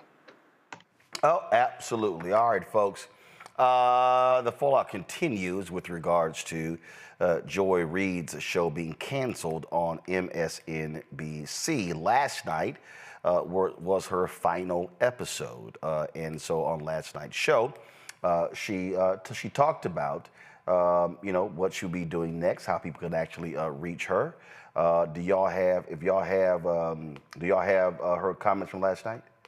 Okay, so again, so on last night's show, she, of course, got praised by a variety of people, former colleagues there. She spoke about, in terms of really what she is going to be doing, and even how she even opened her show, talking about, again, what the focus is. So just take a listen to how she opened last night's show. But I think we begin tonight with what I think is the question. When you are in the midst of a crisis, and specifically a crisis of democracy, how do you resist? When fascism isn't just coming, it's already here. So what, if anything, can you do about it? Well, for one thing, you can try to learn from history, from what people in this situation in countries around the world and in America have done before. As my friend Rachel Maddow always says, history is here to help. America hasn't always been a free country for everyone, and we've had resistance movements from day one. From enslaved people fighting their captivity. Shout out to Harriet Tubman, who was a 92%er before 92%ing was cool. And even taking up arms during the Civil War. To the women's movement and the workers' rights movement and the Stonewall gay rights movement. They've all been versions of the fight to make this a free country for everyone and to have a true multiracial democracy. And that is history's most important lesson, right? That the most important thing, the first rule, is to fight back, to never stop resisting. Do not obey in advance, as Tim Snyder put it. Do not take the knee, to throw in a Game of Thrones reference. Even if it's scary or uncomfortable or inconvenient, just keep saying no, or finding creative ways to say no in small ways and large. Medgar Evers said, do not shop where they will not employ you. Dr. King championed the Montgomery bus boycotts to become the leader of the civil rights movement. The labor rights movement shut down factories and hobbled industries to win the 40-hour work week that you enjoy right now, and more recently to ensure the right of workers to work from home during COVID. People have marched against the Vietnam War and the war in Iraq and against the decimation of Gaza using our tax dollars. You don't always win every battle, but the whole thing is about resisting. Absolute bombshell. She's absolutely right. So, different folks have been responding. Well, it took us a while. The National Association of Black Journalists, they've released their statement. In their statement says here, so if we can pull it up. I'm gonna try to pull it up over here as well, so I can zoom in on it, because guys, people can't see that. So this is quite interesting. They say. The National Association of Black Journalists met with NBC Universal's head of diversity yesterday to discuss concerns about recent changes that have affected the black voices seen and heard on air every day. While NBC Universal leadership has assured us that they, let me just pull it up right over here, guys, so I can zoom in on it. Okay, go to my iPad. They say, while NBC Universal leadership has assured us they are committed to elevating black voices, we are disappointed by the removal of Joy Reid from her slot. Reid is a longtime journalist and host of The Readout, a major political commentary program. While we congratulate Simone Sanders-Townsend, Michael Steele, and Alicia Menendez on their new roles in Reid's former time slot, we remain concerned about industry-wide patterns in which black talent is disproportionately affected by corporate changes. We also have learned that other journalists and commentators representing diverse communities have been removed from their slots. As we continue examining this issue and working with NBC Universal on their commitments to diversity, we urge news leaders across the board to recognize that removing black voices affects how networks shed light on issues of great importance to our communities. Reducing those voices also limits the diversity of content and viewpoints. Networks must also ensure that more black journalists by trade have opportunities to contribute. We urge all news platforms to add rather than subtract from the diversity of their talent, both on camera and behind the scenes. That's the statement.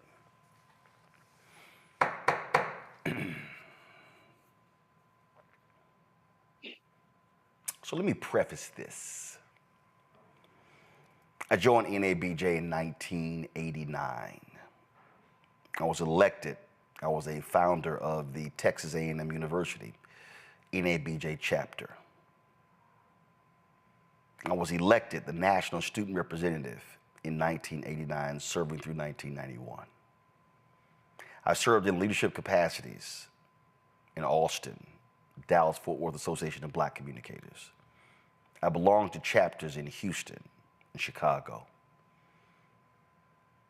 I later was elected to the board as secretary.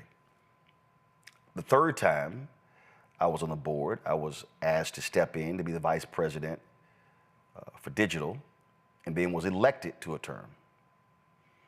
I've been honored with the NABJ President's Award. I've been honored with the NABJ Journalist of the Year in 2013. 2021, I was elected the youngest living person to the NABJ Hall of Fame. Have donated money, have contributed, have spoken at various sessions. But this statement is a piece of shit. This statement is weak. This statement is impotent. First and foremost, the statement isn't even signed.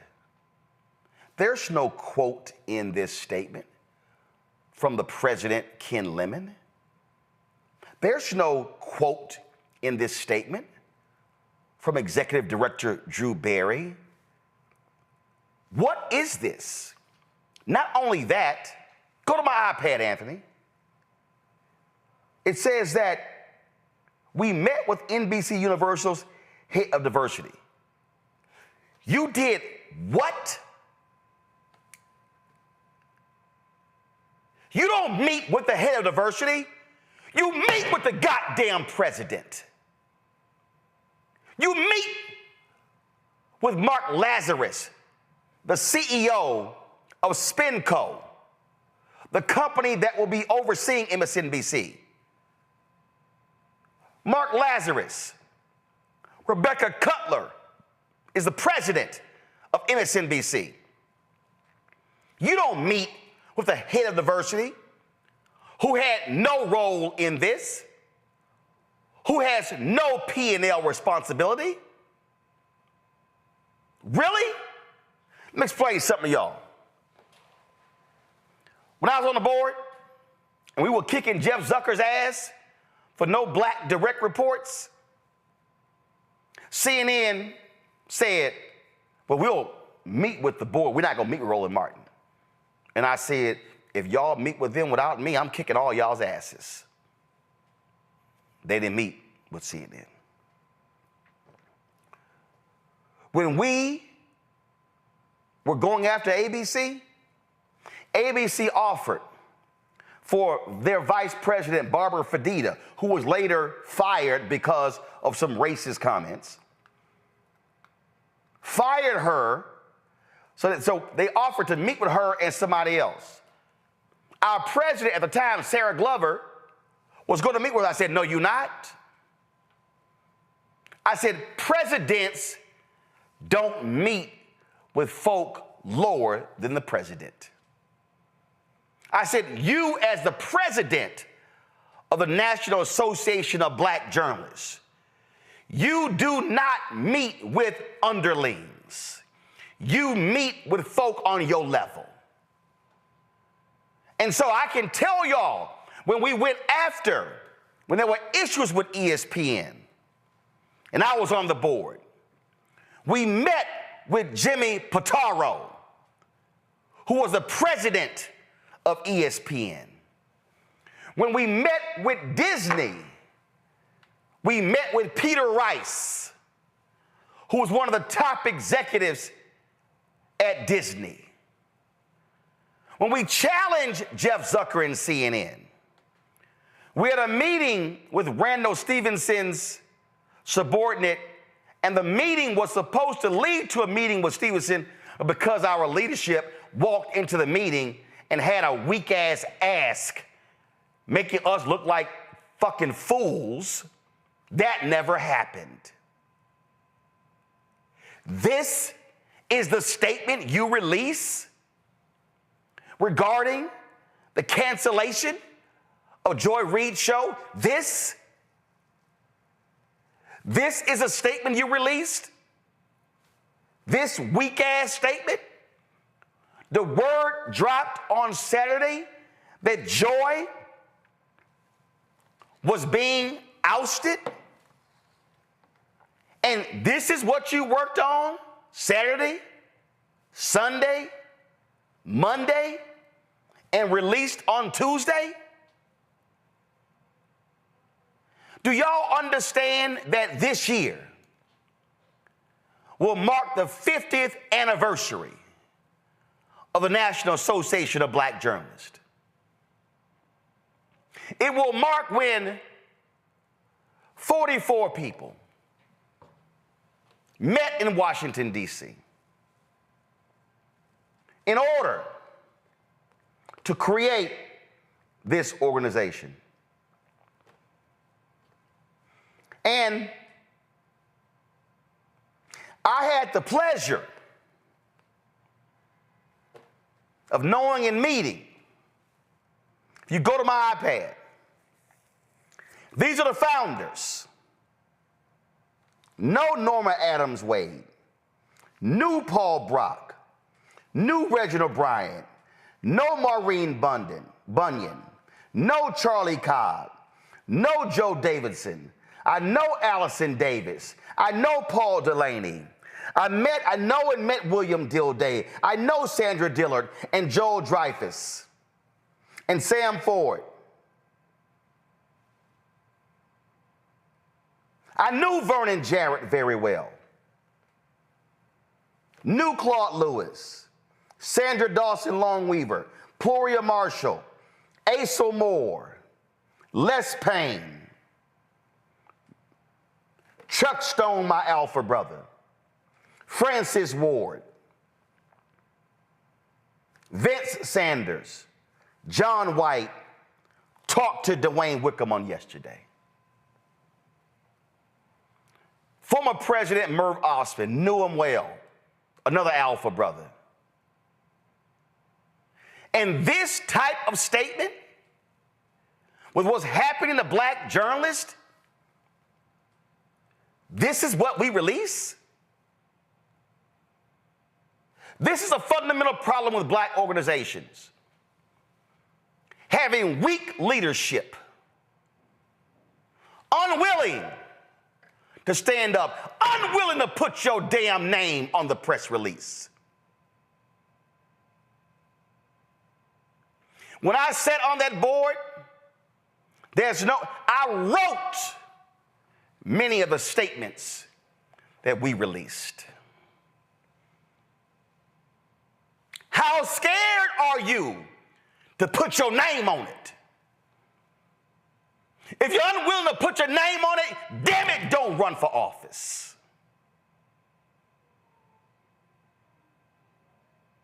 Yes, I'm talking to you, President Ken Lemon.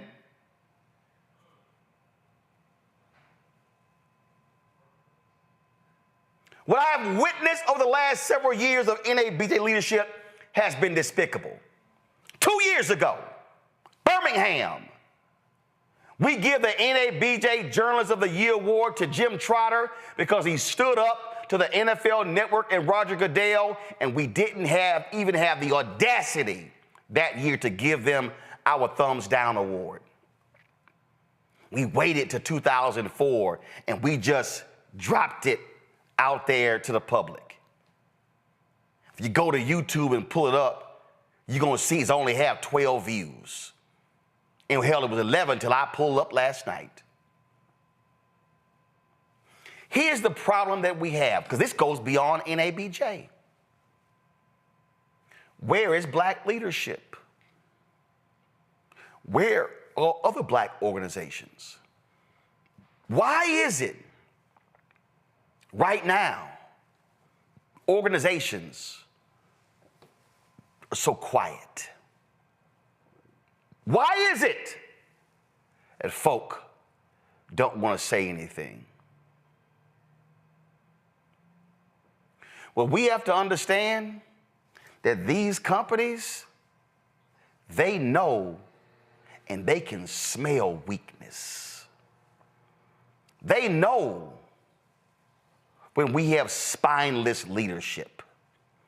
They know when folks are unwilling to say what needs to be said. They know, oh, we can ignore them. They won't say nothing. They won't do nothing. And here's the greater issue. What signal does this send to the membership?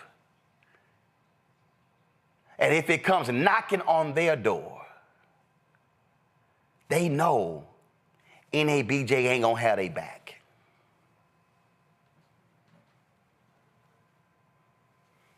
Folks, when we talk about black leadership, what we need to understand that what it means for black leadership, it means being leaders. Let me be real clear. Let me be real clear. Hell,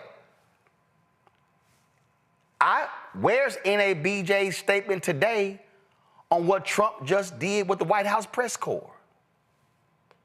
Silence. Silence.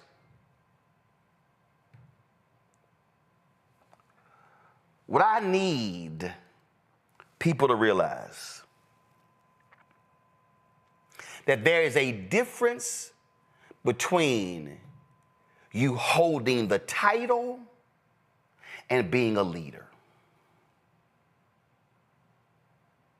President might precede your name. Well, that does not mean that you are a leader. And I fundamentally believe that the problem that we have today with too many of our black organizations is that we have folk with titles who are merely present but have no presence. We got folk with titles who, when they walk into the room never shifts. See, I'm sorry, excuse me, and I know within NABJ that I grew up watching real leaders. That when something happened, they had something to say. I remember when we were in Houston, and there was a panel, and Bushwick Bill referenced the word bitch to one of the women there. And said Mel Estes Sumter, who later became president, heard about it and stormed into the room and checked him at that moment and says, you will not refer to any woman in this organization ever as a bitch. That's leadership. Leadership is when we had our convention in 2018 in Detroit. And they actually had a twerk contest on stage. And even Luther Campbell called them out. And there were some sisters who were offended. And I went, when I wasn't in the room, but when I heard about it, I went up to the brothers in the Miami chapter and said, let me holler at you. Y'all are going to apologize to the sisters for what y'all did. Oh, and I know a couple of them were mad as hell at me, but I didn't give a damn. Because I wasn't going to be a board member and be silent when that happens. This statement from NABJ regarding Joanne Reed is simply unacceptable. It is weak, it is impotent, and it is not representative of the NABJ that I was raised in, that I was trained in. It does not represent the legacy of a Chuck Stone, of a Les Payne. It doesn't represent the legacy of a Vernon Jarrett. And all the brothers and sisters who are now ancestors, who created the opportunity for us to have an organization that speaks with integrity, morals, values, principle, and ethics for black journalists. NABJ, you have got to do better, because this ain't it. To my panel, Larry, you can start. Roland, as you highlight, the organization long to say, you mentioned Chuck Stone. I'm from Philadelphia, so I remember reading his writings, as a kid growing up. And, the organization has a long history of not only in terms of, writing, but black activism. And this is what we need right now. These are dire times. Writing, like you said, bland statements, that kind of say, this is bad, but, kind of winking a nod and not taking a more aggressive approach is not going to get it done today. We really need servant activists in today's society, particularly in the media. As I said earlier, the media is under attack, and it's one of the pillars of a strong democracy, and it is failing us. And to see black folks, in particular in leadership positions in an organization plays an important role in terms of making sure we have a diverse workforce as relating to the media, put out a statement, as you said, it's really almost like they use AI to put it out. It doesn't really have a lot of teeth to it, and it's not acceptable. And we have to be able to continue to hold, individuals' feet to the fire to make sure that they are capable of living in this moment, and in some cases being defiant and willing to put it on the line to make sure that black folks in this society have a voice, that people hear we have to say, and that we can thrive in today's society. Joe? It will always take enormous sacrifice in order to get us from point A to point B. And the more urgent the times are, the more urgent the sacrifice is needed, and perhaps the deeper the sacrifice is needed. You would think that journalists would know how to write, okay? And I'm not a member of NABJ, but I think that I understand the urgency that you underscore in terms of a journalist group being able to speak to what's going on in the moment as it pertains to all of the attacks on the free press, all of the attacks of individuals, including black folks, that are really speaking truth with their journalism and uncovering things that need to be uncovered. So I guess the question becomes, who are they really trying to please? What exactly are they scared of? Because the fact of the matter is, if they're scared of something in terms of maybe their rights being taken away, the things being undermined, well, that's already happening. It kind of reminds me of, when I'm representing somebody who's got a terrible employer, and the employer is out to get him and cut their head off, and they're scared to sue them. And I said, well, I guess I understand somewhat, but they're moving on you regardless. That's why you're here. So the question becomes, there's certain obligations and responsibilities to whom much is given, much is required. So there are certain obligations and responsibilities that come with sitting in your box. You could have gone and been a bean counter, and maybe you wouldn't have had to speak truth to power in a public way. But you chose something that actually obligates you to do that, particularly in light of what it is that we've had happen, what it is that we've seen happen historically as it pertains to journalists, as it pertains to fighting for First Amendment rights.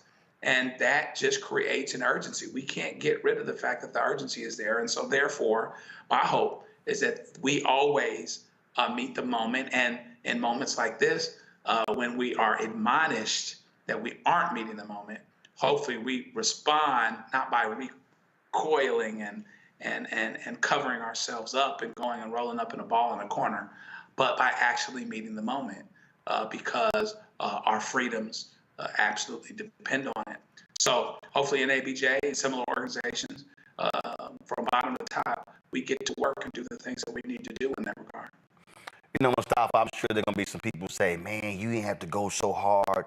Couldn't you just have called some folks and talked offline? No, sometimes you can't have that private conversation. Sometimes you got to go ahead and make it public. And I mean, again, I'm just real clear here. I'm just real clear here. This is not a moment for feckless leadership. And Mustafa, I'm very clear. If you don't want to do what the job requires, then damn it, resign. Don't run for the office. But if you decide, Mustafa, here's what people don't realize. 2011, I think it was 2011. NABJ was critical. We were critical of, what happened was CNN, they had hired Erin Burnett, they gave her a show at 7 o'clock. They had pushed John King's failing show back to 6 o'clock. I mean, it was horrible. It wasn't nobody watching that show. And then the other networks actually had hired hosts, and they weren't, I mean, all these shows had hosts, and nobody was black. So we were debating the issue. And I was on the board. I was at CNN at the time. Out of all the people on the board, I was the only one on the board who had the possibility of actually being a show host at one of these networks. And we were discussing, should we give CNN and MSNBC the thumbs down award in 2011. So we were having this conversation, and there was a sister who was on the board who worked at CNN who felt that I should refrain from voting and criticizing CNN because I worked there. And I said, baby, let me explain something to you. I said, I was elected as an executive officer to lead. I said, now, if I'm going to abstain, I need to leave the board. And in my speech to the board, I literally said, I am a potential beneficiary of hosting one of these shows, but I will be shirking my responsibility to the membership that elected me if I put my personal ambition before the membership. And I voted to grant them the thumbs down award. Well, here's what was crazy. We did that. And one of our former presidents runs off and tell the folk at NBC, because they've been so good to us with donations, and they objected. Then we voted a second time to give them the thumbs down award. Then the outgoing president, being weak, didn't put the statement out. Then the weak incoming president waited 9 months to put the statement out. And I'm sitting here trying to tell this sister who worked at CNN, who's on the board, I said, baby, you probably ain't never even made $100,000 there. I said, you don't understand how much executive producers make on these shows. You don't understand what it would mean to have black show hosts and the ability to create. Well, I went through this whole thing, but the key is, I could have been selfish and said, man, I ain't gonna sit here and vote, because you know what, I might get one of them jobs. So I ain't gonna sit here. I ain't gonna say nothing against my master, because they giving me a check. And maybe the difference between me and her, Mustafa, is CNN wasn't my only check. I had a TV One check. I had a Tom Joyner Morning Show check. I had speeches and books check. And CNN. I had 5 lines of revenue, money going to my media company. CNN was number 3. Maybe that's probably why I wasn't afraid to make that vote. That to me, and this ain't about being arrogant or cocky or somebody saying, oh man, way to go. No, when you are elected to leadership, you are to put your personal ambitions on the shelf, and you are to lead for the people who chose you. Without a doubt, just let me add one other thing to what you said. It is also about moral fortitude. And there are far too many people who do not have that, or they are afraid to tap into it, because there is accountability that comes with that. There is, for some people, there's responsibility, and there's also sometimes something that you may lose if you hold on to your moral fortitude. I know my mama is watching, because she watches your show all the time. And one of the things she always says is, tell it like it T.I. is. And when she says that, I always laugh, but I understand what she means, because she's like, no matter whatever the cost is, it is always better to just make sure that you are telling it like it actually is, and making sure that you are also letting folks know that you're not just going for the okie doke. So I appreciate with that. You know what I would ask our brothers and sisters over at NABJ, is also, why don't you just say it with your chest? Because Ida B. Wells would do that. Because we understand that she actually was under great pressures, right? She didn't know every time that she walked out of her office or out of her home if somebody was going to kill her or lynch her or whatever the situation. That woman had a bounty on her head. Yeah. They fire bomb. I got a mural in my office called Black on Media Matters. The reason you don't see a cover of any of her newspapers, because they all burned up. They all burned up. No, y'all should already have a shot in there. They all burned up. No, don't take that shot. They all burned up. We have her name on the mural, but they all burned up. That's why. That woman had a bounty on her head. Right. So that's how serious it was for her. And and as the brothers on the panel today have said, that's how serious it is also becoming in our country. And the question becomes, will you stand up? Will you do the right thing? Will you build partnerships and relationships that allow you to not necessarily have to be the only one out there, because we are moving together in solidarity? I remember the words of Dr. King when he said the ultimate measure of a man or a woman is not where they stand in moments of comfort or convenience, but where they stand at times of challenge and controversy. And that last part is where people get tripped up, because they're okay when everything is easy. It's easy to talk about environmental justice when the Biden administration is but they are making sure they're sending money to the communities that need it, or housing justice or transportation justice, or all these other types of things that we fight for and should be fighting for.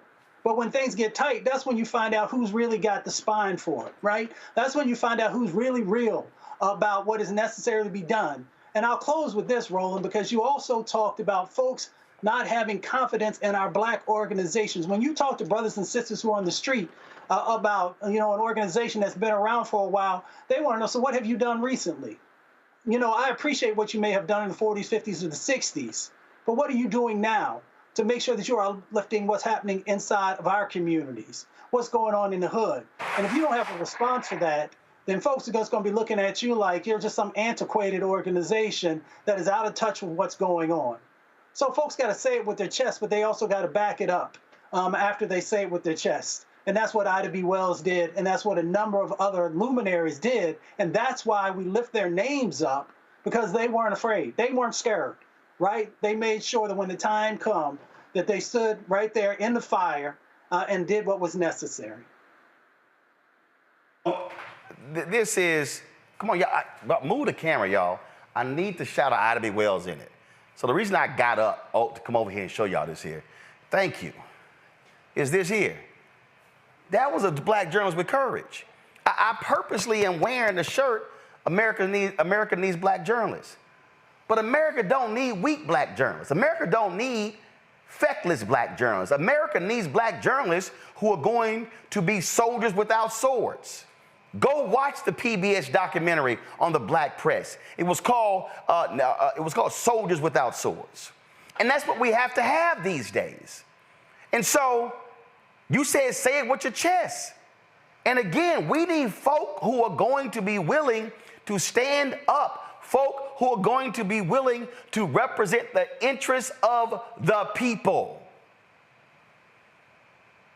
And when I say, and look, I don't mean no disrespect to anybody who's got a vice president for diversity title. But let me be real clear. They ain't got no power. Somebody with a VP for diversity title, they got no power.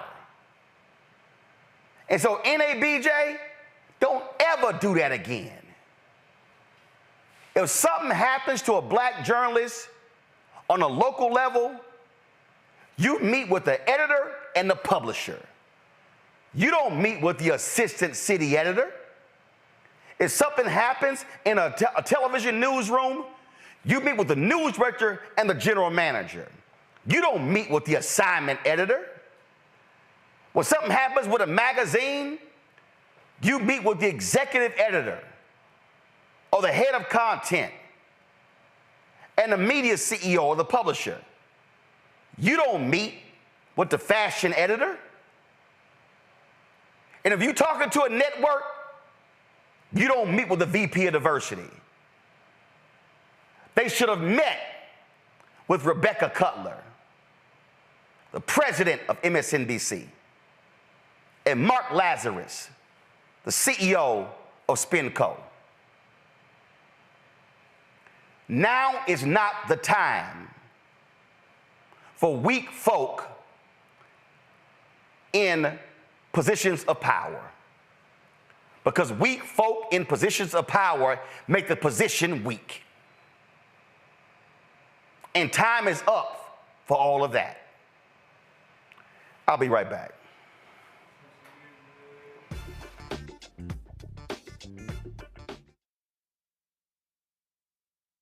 This week on the other side of change. Abolition focus. Should we aim for reform or abolishing the entire system? Kimon Felix lets us know how much possibility lies in abolition. That is such a radical image because it offers the suggestion, a suggestion that we already know to be true, which is that we have what it takes to take care of each other and to take care of ourselves. Watch us on the Black Star Network, so tune in to the other side of change.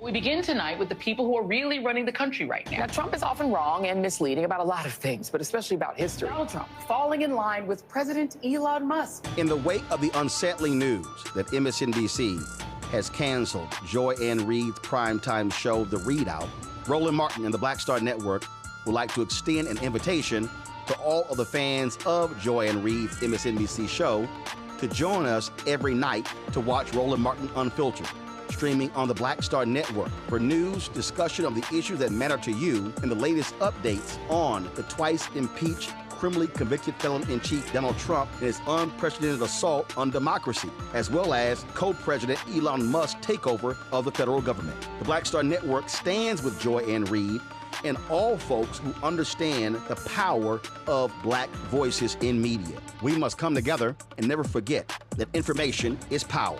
Be sure to watch Roland Martin Unfiltered weeknights, 6 p.m. Eastern at youtube.com/Roland S. Martin or download the Black Star Network app. Hatred on the streets, a horrific scene, a white nationalist rally that descended into deadly violence. White people are losing their damn minds. as an angry pro-Trump mob storms the U.S. Capitol. We're about to see the rise of what I call white minority resistance. We have seen white folks in this country who simply cannot tolerate black folks voting. I think what we're seeing is the inevitable result of violent denial. This is part of American history. Every time that people of color have made progress, whether real or symbolic, there has been what Carol Anderson at Emory University calls white rage as a backlash. This is the rise of the Proud Boys and the Boogaloo Boys. America, there's going to be more of this. Here's all the Proud Boys, guys. This country is getting increasingly racist in its behaviors and its attitudes because of the fear of white people. The fear that they're taking our jobs, they're taking our resources, they're taking our women. This is white fear.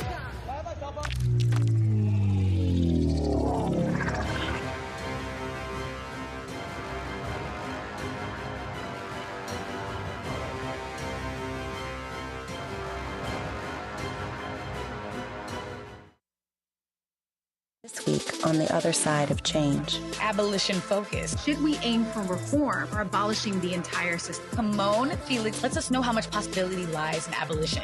That is such a radical image because it offers the suggestion, a suggestion that we already know to be true, which is that we have what it takes to take care of each other and to take care of ourselves. Watch us on the Black Star Network, so tune in to the other side of change.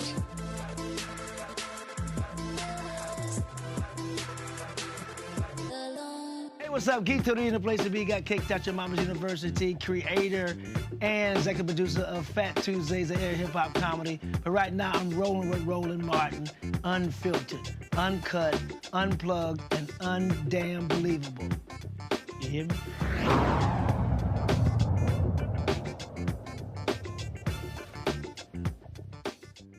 Oh, I know a pound's gonna eat this up. Ed Martin, who is the MAGA U.S. Attorney for Washington, D.C., is declining to authorize an arrest of Republican Congressman Corey Mills of Florida. Check this out. Last week, Mills was accused of physically assaulting a 27-year-old woman with whom he was having an affair. Mills is married.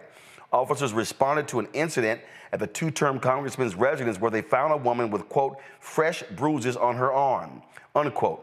The victim allowed the responding officers to listen to a phone call in which Mills instructed her to, quote, lie about the origin of her bruises, unquote. Mills was not arrested at the time, but when he was informed that an arrest would be forthcoming, the victim returned and recanted several details about the altercation. An arrest warrant for Mills was created on Friday and sent to the U.S. Attorney for ratification. Now, the reason that's important, y'all, because in D.C., the U.S. Attorney has jurisdiction. However, the U.S. Attorney Martin, who represented Proud Boys and January 6 white domestic terrorists, his office refused to sign the warrant, returning the case to the Metropolitan Police Department for further investigation. So basically, Joe, what Trump's people are saying is, hey, we're MAGA, and we won't indict or arrest a MAGA Republican for physically assaulting a woman.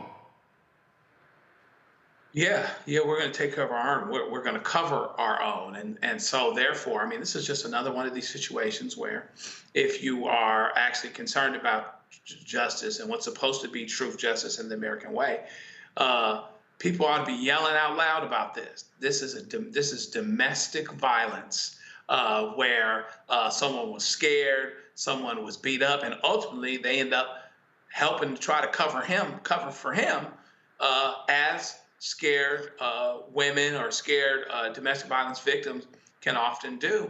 And so here it comes to the prosecutor, to U.S. Attorney, who's actually supposed to, that doesn't mean the person's going to be convicted. There's still a process to be undertaken, but clearly there should have been an arrest. And so you put people in these positions of authority, and now they get to pick and choose who they want to prosecute. And so they want to prosecute one of their own because at the end of the day, hey, they just got a 2-vote majority in Congress. So can you really fault them for being self-centered and self-motivated to ignore justice when it's appropriate and convenient for them? So this is going to be a theme. I think it's going to continue to happen. You've got the fox guarding the hen house, big time. Larry, keep in mind that Martin also said this the other day. Go to my iPad, Anthony. As President Trump's lawyers, we are proud to fight to protect his leadership as our president, and we are vigilant in standing against entities like this AP who refuse to put America first. Edward R. Martin, Jr., United States Attorney, District of Columbia. Larry, the U.S. Attorney is not Trump's lawyers. They represent the people of the United States. This is the problem with this thug being in the Oval Office. His minions believe that they are there only to serve him and not the American people. That statement that, you just read and I remember seeing, a few days ago is straight out of the authoritarian playbook. In Chile, Russia, and various other countries, we've seen this over, Mussolini. We've seen this over the decades. It's the same playbook, Roland. And so, yeah, I mean, they're not, we saw what happened with the January 6th insurrectionists. So none of this is going to be surprising. And people should really prepare themselves for more of this over the next couple of years. President Trump has complete immunity, and he's put in place from DOJ and various other places individuals who are completely beholden to him and will completely continue to ignore the U.S. Constitution. So this will only get worse. We'll continue to hear stories about this. The story I'm most interested in, and this one certainly is interesting, but the billions and trillions of dollars that will eventually be stolen from the U.S. Treasury that, we'll certainly find out years from now, and probably those individuals won't be prosecuted either. So this is the very beginning of a long road of individuals who committed crimes, and they're being ignored. Mustafa? Well, it's supposed to be the party of family values, right? That has been their mantra for decades now.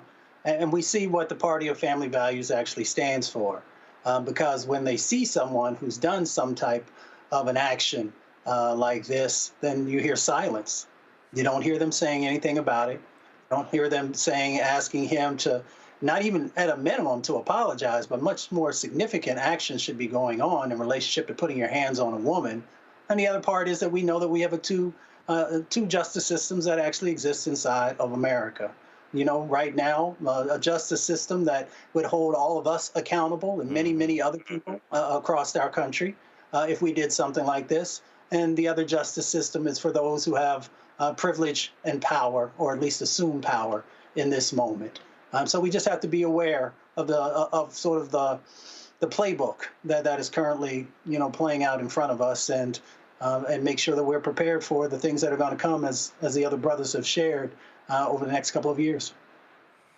Absolutely. All right, folks, we have lost some amazing figures in the area of music. Gwen McCrae, the soulful voice behind classics like Rockin' Chair and Funky Sensation, passed away at the age of 81. Known as the Queen of Rare Groove, Gwen's music wasn't just played, it was felt. Her songs filled with passion and funk became the soundtracks to cookouts, family gatherings, and late-night grooves. She gave us music from 90% of Me to Keep the Fire Burning that stood the test of time. Born in Pensacola, Florida, Gwen started singing in church and went on to bless us with 14 albums over her decades-long career.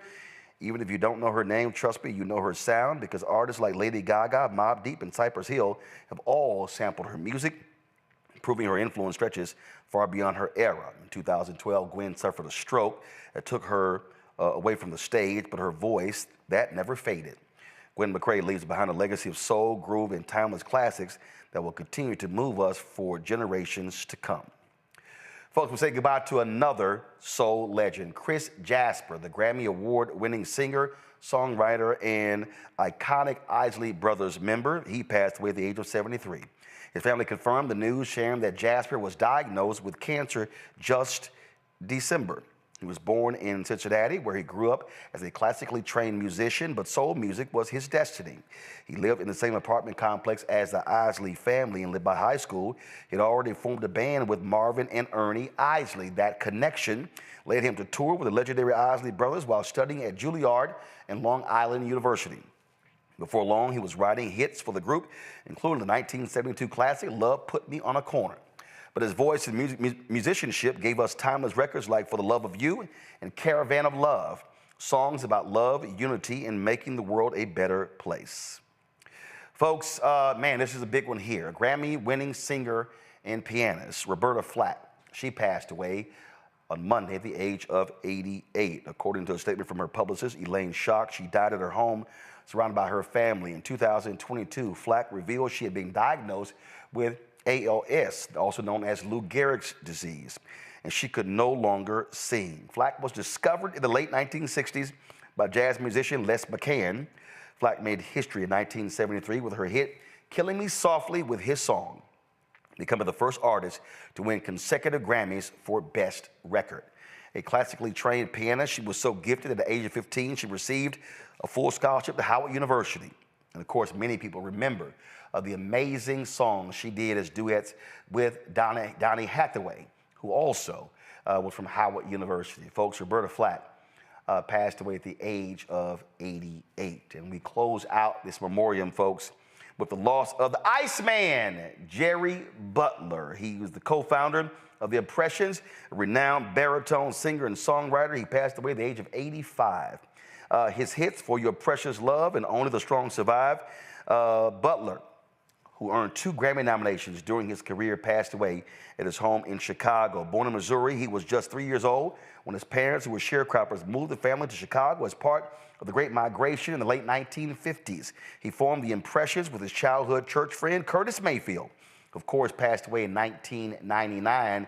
But Jerry Butler, folks, was not just a singer. He also was an activist and a politician, serving for a number of years as a Cook County commissioner. That's right, served on the Cook County Commissioners Board there in Chicago. And so even though he was serving on the board of Cook County, he also was still performing. And so Jerry Butler, we remember him for all that he did. And so Jerry Butler also was a fellow member of Alpha Phi Alpha Fraternity Incorporated. And so we salute these 4 musical greats. Folks, on Saturday, I was, of course, in Los Angeles for the NAACP Image Awards, where the Chairman's Award was given out to Vice President Kamala Harris. The President's Award was given to Dave Chappelle. In her speech, Vice President Kamala Harris encouraged folks not to give up and to stay the course and in the fight. I want to thank you, Chairman Russell, for your kind words and your longstanding leadership. To Devin, I'm so proud of you, and it is so good to see you. I know the future of our country is bright when I look at you. So I will say, as a very proud lifetime member of the NAACP, I thank everyone here for your tireless advocacy and for your years of support. To receive this award has very special meaning for me. As everyone here may know, I grew up inspired by the work of the NAACP, inspired by all those who took up the fight for justice, for equality, and for opportunity. Their example is part of the reason I chose a life of public service, seeking to always live by the words of a distinguished NAACP founder, W.E.B. Du Bois, when he said, "It is today that our best work can be done, and not some future day or future year." And this sense of urgency is what we must have today, knowing, as the saying goes, eternal vigilance is the price of liberty. The price of liberty. To stay alert, to seek the truth, and to actively participate in the fight for America's future. This organization came into being at a moment when our country struggled with greed, bitterness, and hatred. And those who forged the NAACP, those who carried its legacy forward, had no illusions about the forces they were up against. No illusions about how stony the road would be. But some look at this moment and rightly feel the weight of history. Some see the flames on our horizons, the rising waters in our cities, the shadows gathering over our democracy, and ask, what do we do now? But we know exactly what to do because we have done it before, and we will do it again. We use our power, we organize, mobilize, we educate, and we advocate. Because you see, our power has never come from having an easy path. Our strength flows from our faith. Faith in God, faith in each other, and our refusal to surrender to cynicism and destruction. Not because it is easy, but because it is necessary. Not because victory is guaranteed, but because the fight is worth it. And while we have no illusions about what we are up against in this chapter in our American story, this chapter will be written not simply by whoever occupies the Oval Office, nor by the wealthiest among us. The American story will be written by you, written by us, by we the people. I thank you, God bless you, and God bless the United States of America. Thank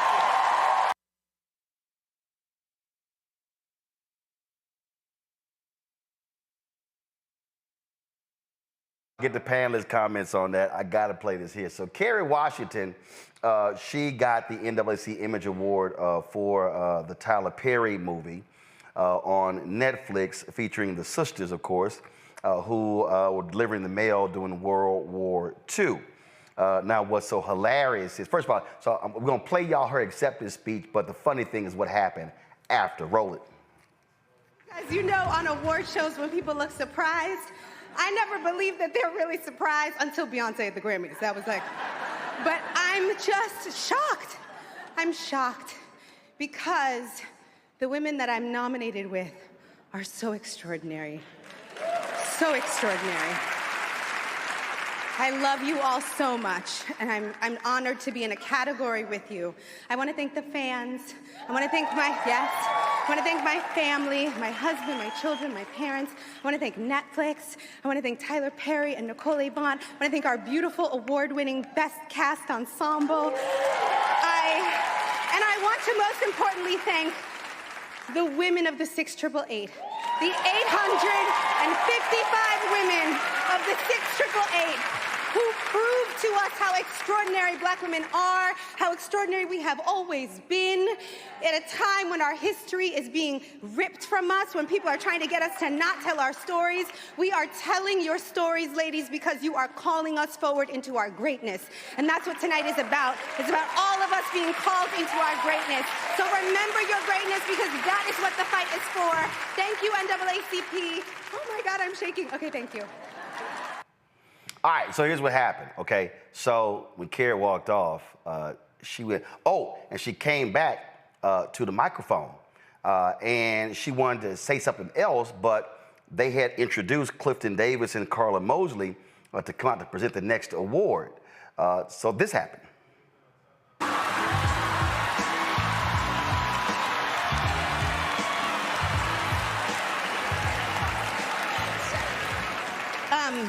These guys are great. They have an amazing show that's going to be premiering soon. But I did not thank Tyler Perry.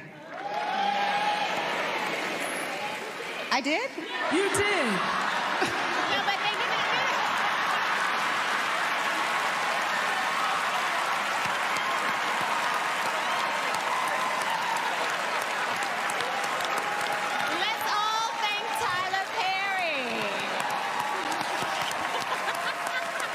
All right, so Mustafa, Larry, and Joe, okay, here's what y'all don't realize is, I'm gonna have y'all play the second one again. So the audience said you did, Now, the voice of God who was presenting, who was announcing the presenters was MC Light.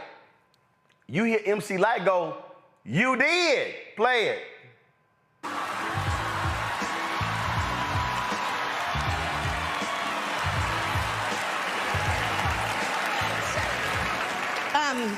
These guys are great. They have an amazing show that's going to be premiering soon. But I did not think Tyler Perry.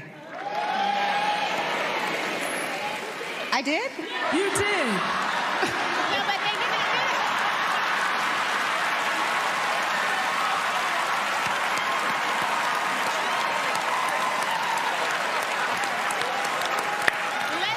Oh my God, that was hilarious. Tyler Perry, I texted him. He got a huge kick out of that. So that was pretty funny there. But just want to get y'all thoughts, what the vice president had to say. Mustafa, I'll start with you. I mean, you know, she always makes sure that she has the right words for the right moment, enough gratitude, but also painting the picture moving forward. It reminded me of Michelle Obama when she once said, "The history has shown us that courage can be contagious and can take a life of its own." And, you know, when the vice president was running, she brought a new energy into the space, and she helped people who often felt that they were unseen and unheard to know that they had a voice and that they had a champion for them. So I really appreciate the NAACP honoring her, the work that she's done, the work that I'm sure she will still do, but also making sure that we understand that, you know, we take the baton and continue to move forward. So I thought it was a very positive moment, and we got a lot of work to do, but we'll get it done. Larry? Yeah, real quickly, you know, I should highlight the fight goes on, and I think it's important she knows that she's been a lifetime member of the NAACP. So folks out there, get active, get involved, and let's continue to support her as she figures out what she wants to do next in her career. Joe? She reminds us of our North Star, what we need to be looking toward, and that she was a fine presidential candidate, a wonderful presidential candidate, and a worthy presidential candidate. And so hopefully we take those words and continue to do the work. This is a long-term thing, and you've got to believe the right is going to win out. And as it pertains to Kerry Washington, listen, brother Tyler Perry is the one. So I ain't mad at her that she went back, interrupted the show, and made sure she thanked the brother. I ain't mad at her at all. Always wise. All right, y'all, real quick, we got some breaking news. Y'all been knowing about that crazy-ass mayor in Dolton, Illinois, Tiffany Henyard. Have y'all all been seeing the videos? I had her on the show where she was over there lying about stuff. Well, y'all, they had the primary today, and y'all, she gone. She got dog-walked in the primary. She loses to trustee Jason House. Go to my iPad, come on. She loses by a landslide in the south suburb of Chicago. And when I say she got beat down, she got beat down. According to, I saw one, I think she polls closed at 7, and it looks like she only got, look at this here, she got 12% of the vote. 536 votes. He got 87% of the votes. Damn. I mean, I done seen some races, but Larry, that's an ass whooping when all you got was 12% of the vote and you the incumbent. It's clear the folk in Dolton, Illinois was sick of her ass. You know, I remember when you had her on the show, Roland, you know, I was a guest then, and, you know, you asked some really important questions. She never quite answered them. So now her constituents has answered. I mean, hey, Joe, we call that a straight up hashtag team whip that ass beating. Yeah, for sure. I mean, you know, she's in bad shape on that, and so that's done. But the good news is there probably won't be any federal charges because, you know, she's got a government that might be a little bit sympathetic to that type of thing. But if Illinois decides to move on her, she's going to have a separate problem. So losing the election in an embarrassing fashion might be the least of her worries. Oh yeah, I mean, at the rate we going, Mustafa, hell, she'll be hired by the Trump administration? It's quite possible because they know that they need to work on their diversity. But, besides that, I mean, there's a whole lot we could have said today on the show about many of the things that they're doing and these people they're putting in position and their how it lines up with the things that they say about DEI, which we all know are not true. But that's for another show. In relationship to this, that's why we love the beauty of We the People, because the people, when given the opportunity and there is a fair process, they are going to choose the right individual to be able to lead them. So I'm glad that folks had the opportunity to actually do that, and they cast their vote, and now they have, new leadership. So we wish the new leadership well. But as Ida B. Wells said, we're going to keep our eye on what's going on. We're going to make sure that there's real truth coming out of whatever administration it is, wherever across the country. Indeed, indeed. Mustafa, Joe, Larry, I appreciate y'all being on today's show. Thank you so very much. Hey, folks, don't forget, support the work that we do. This is all about speaking to the news and issues that impact African Americans. And let me explain something to y'all. It's a lot of people who not black who watch us. Tamika Mallory sent me a text today. I just want to read this for y'all real quick. She sent me a text. She said, Ro, thanks for having me on your show last week. Of all of the ways people told me they learned about my book tour, your show was mentioned at least 20 times by different people of all ages, even one white woman. Outside of my Instagram, you were my biggest push for the weekend. Amazing events. Appreciate the support. Hashtag Black media is key. We have to support you. Folks, it is always interesting when people come on this show and they go, oh my God, man, people calling me and texting me and folk I hadn't heard from in years who I went to school with. Y'all, I'm like, y'all, we're doing 30+ million views a month.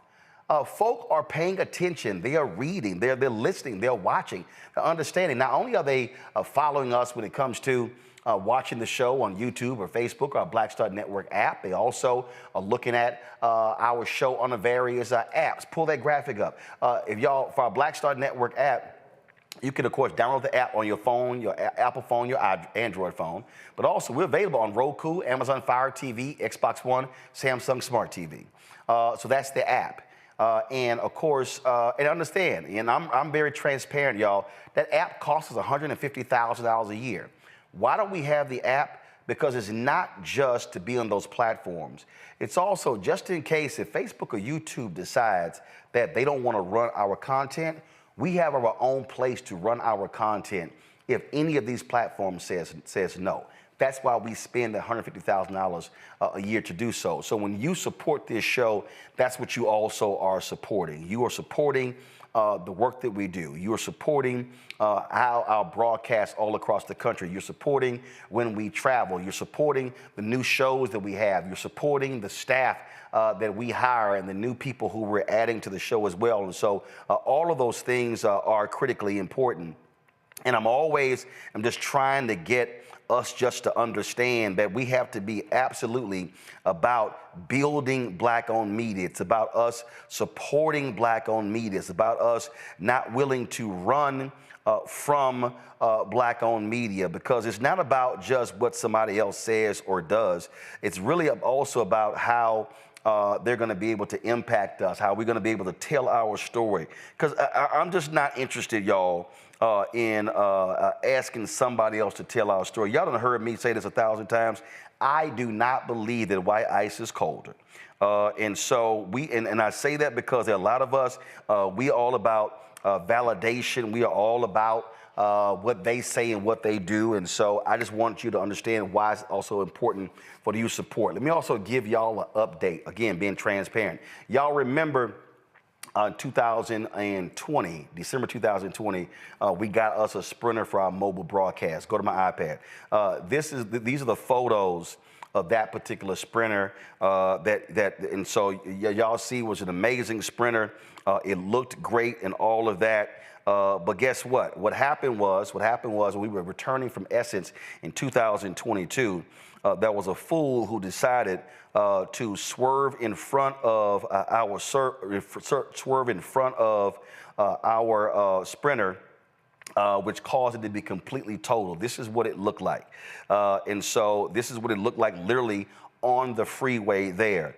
I was, of course, Deshaun Smith, our driver, was able to walk through the front windshield, that cocoon. You see this right here. This is those airbags all deployed. That cocoon protected him.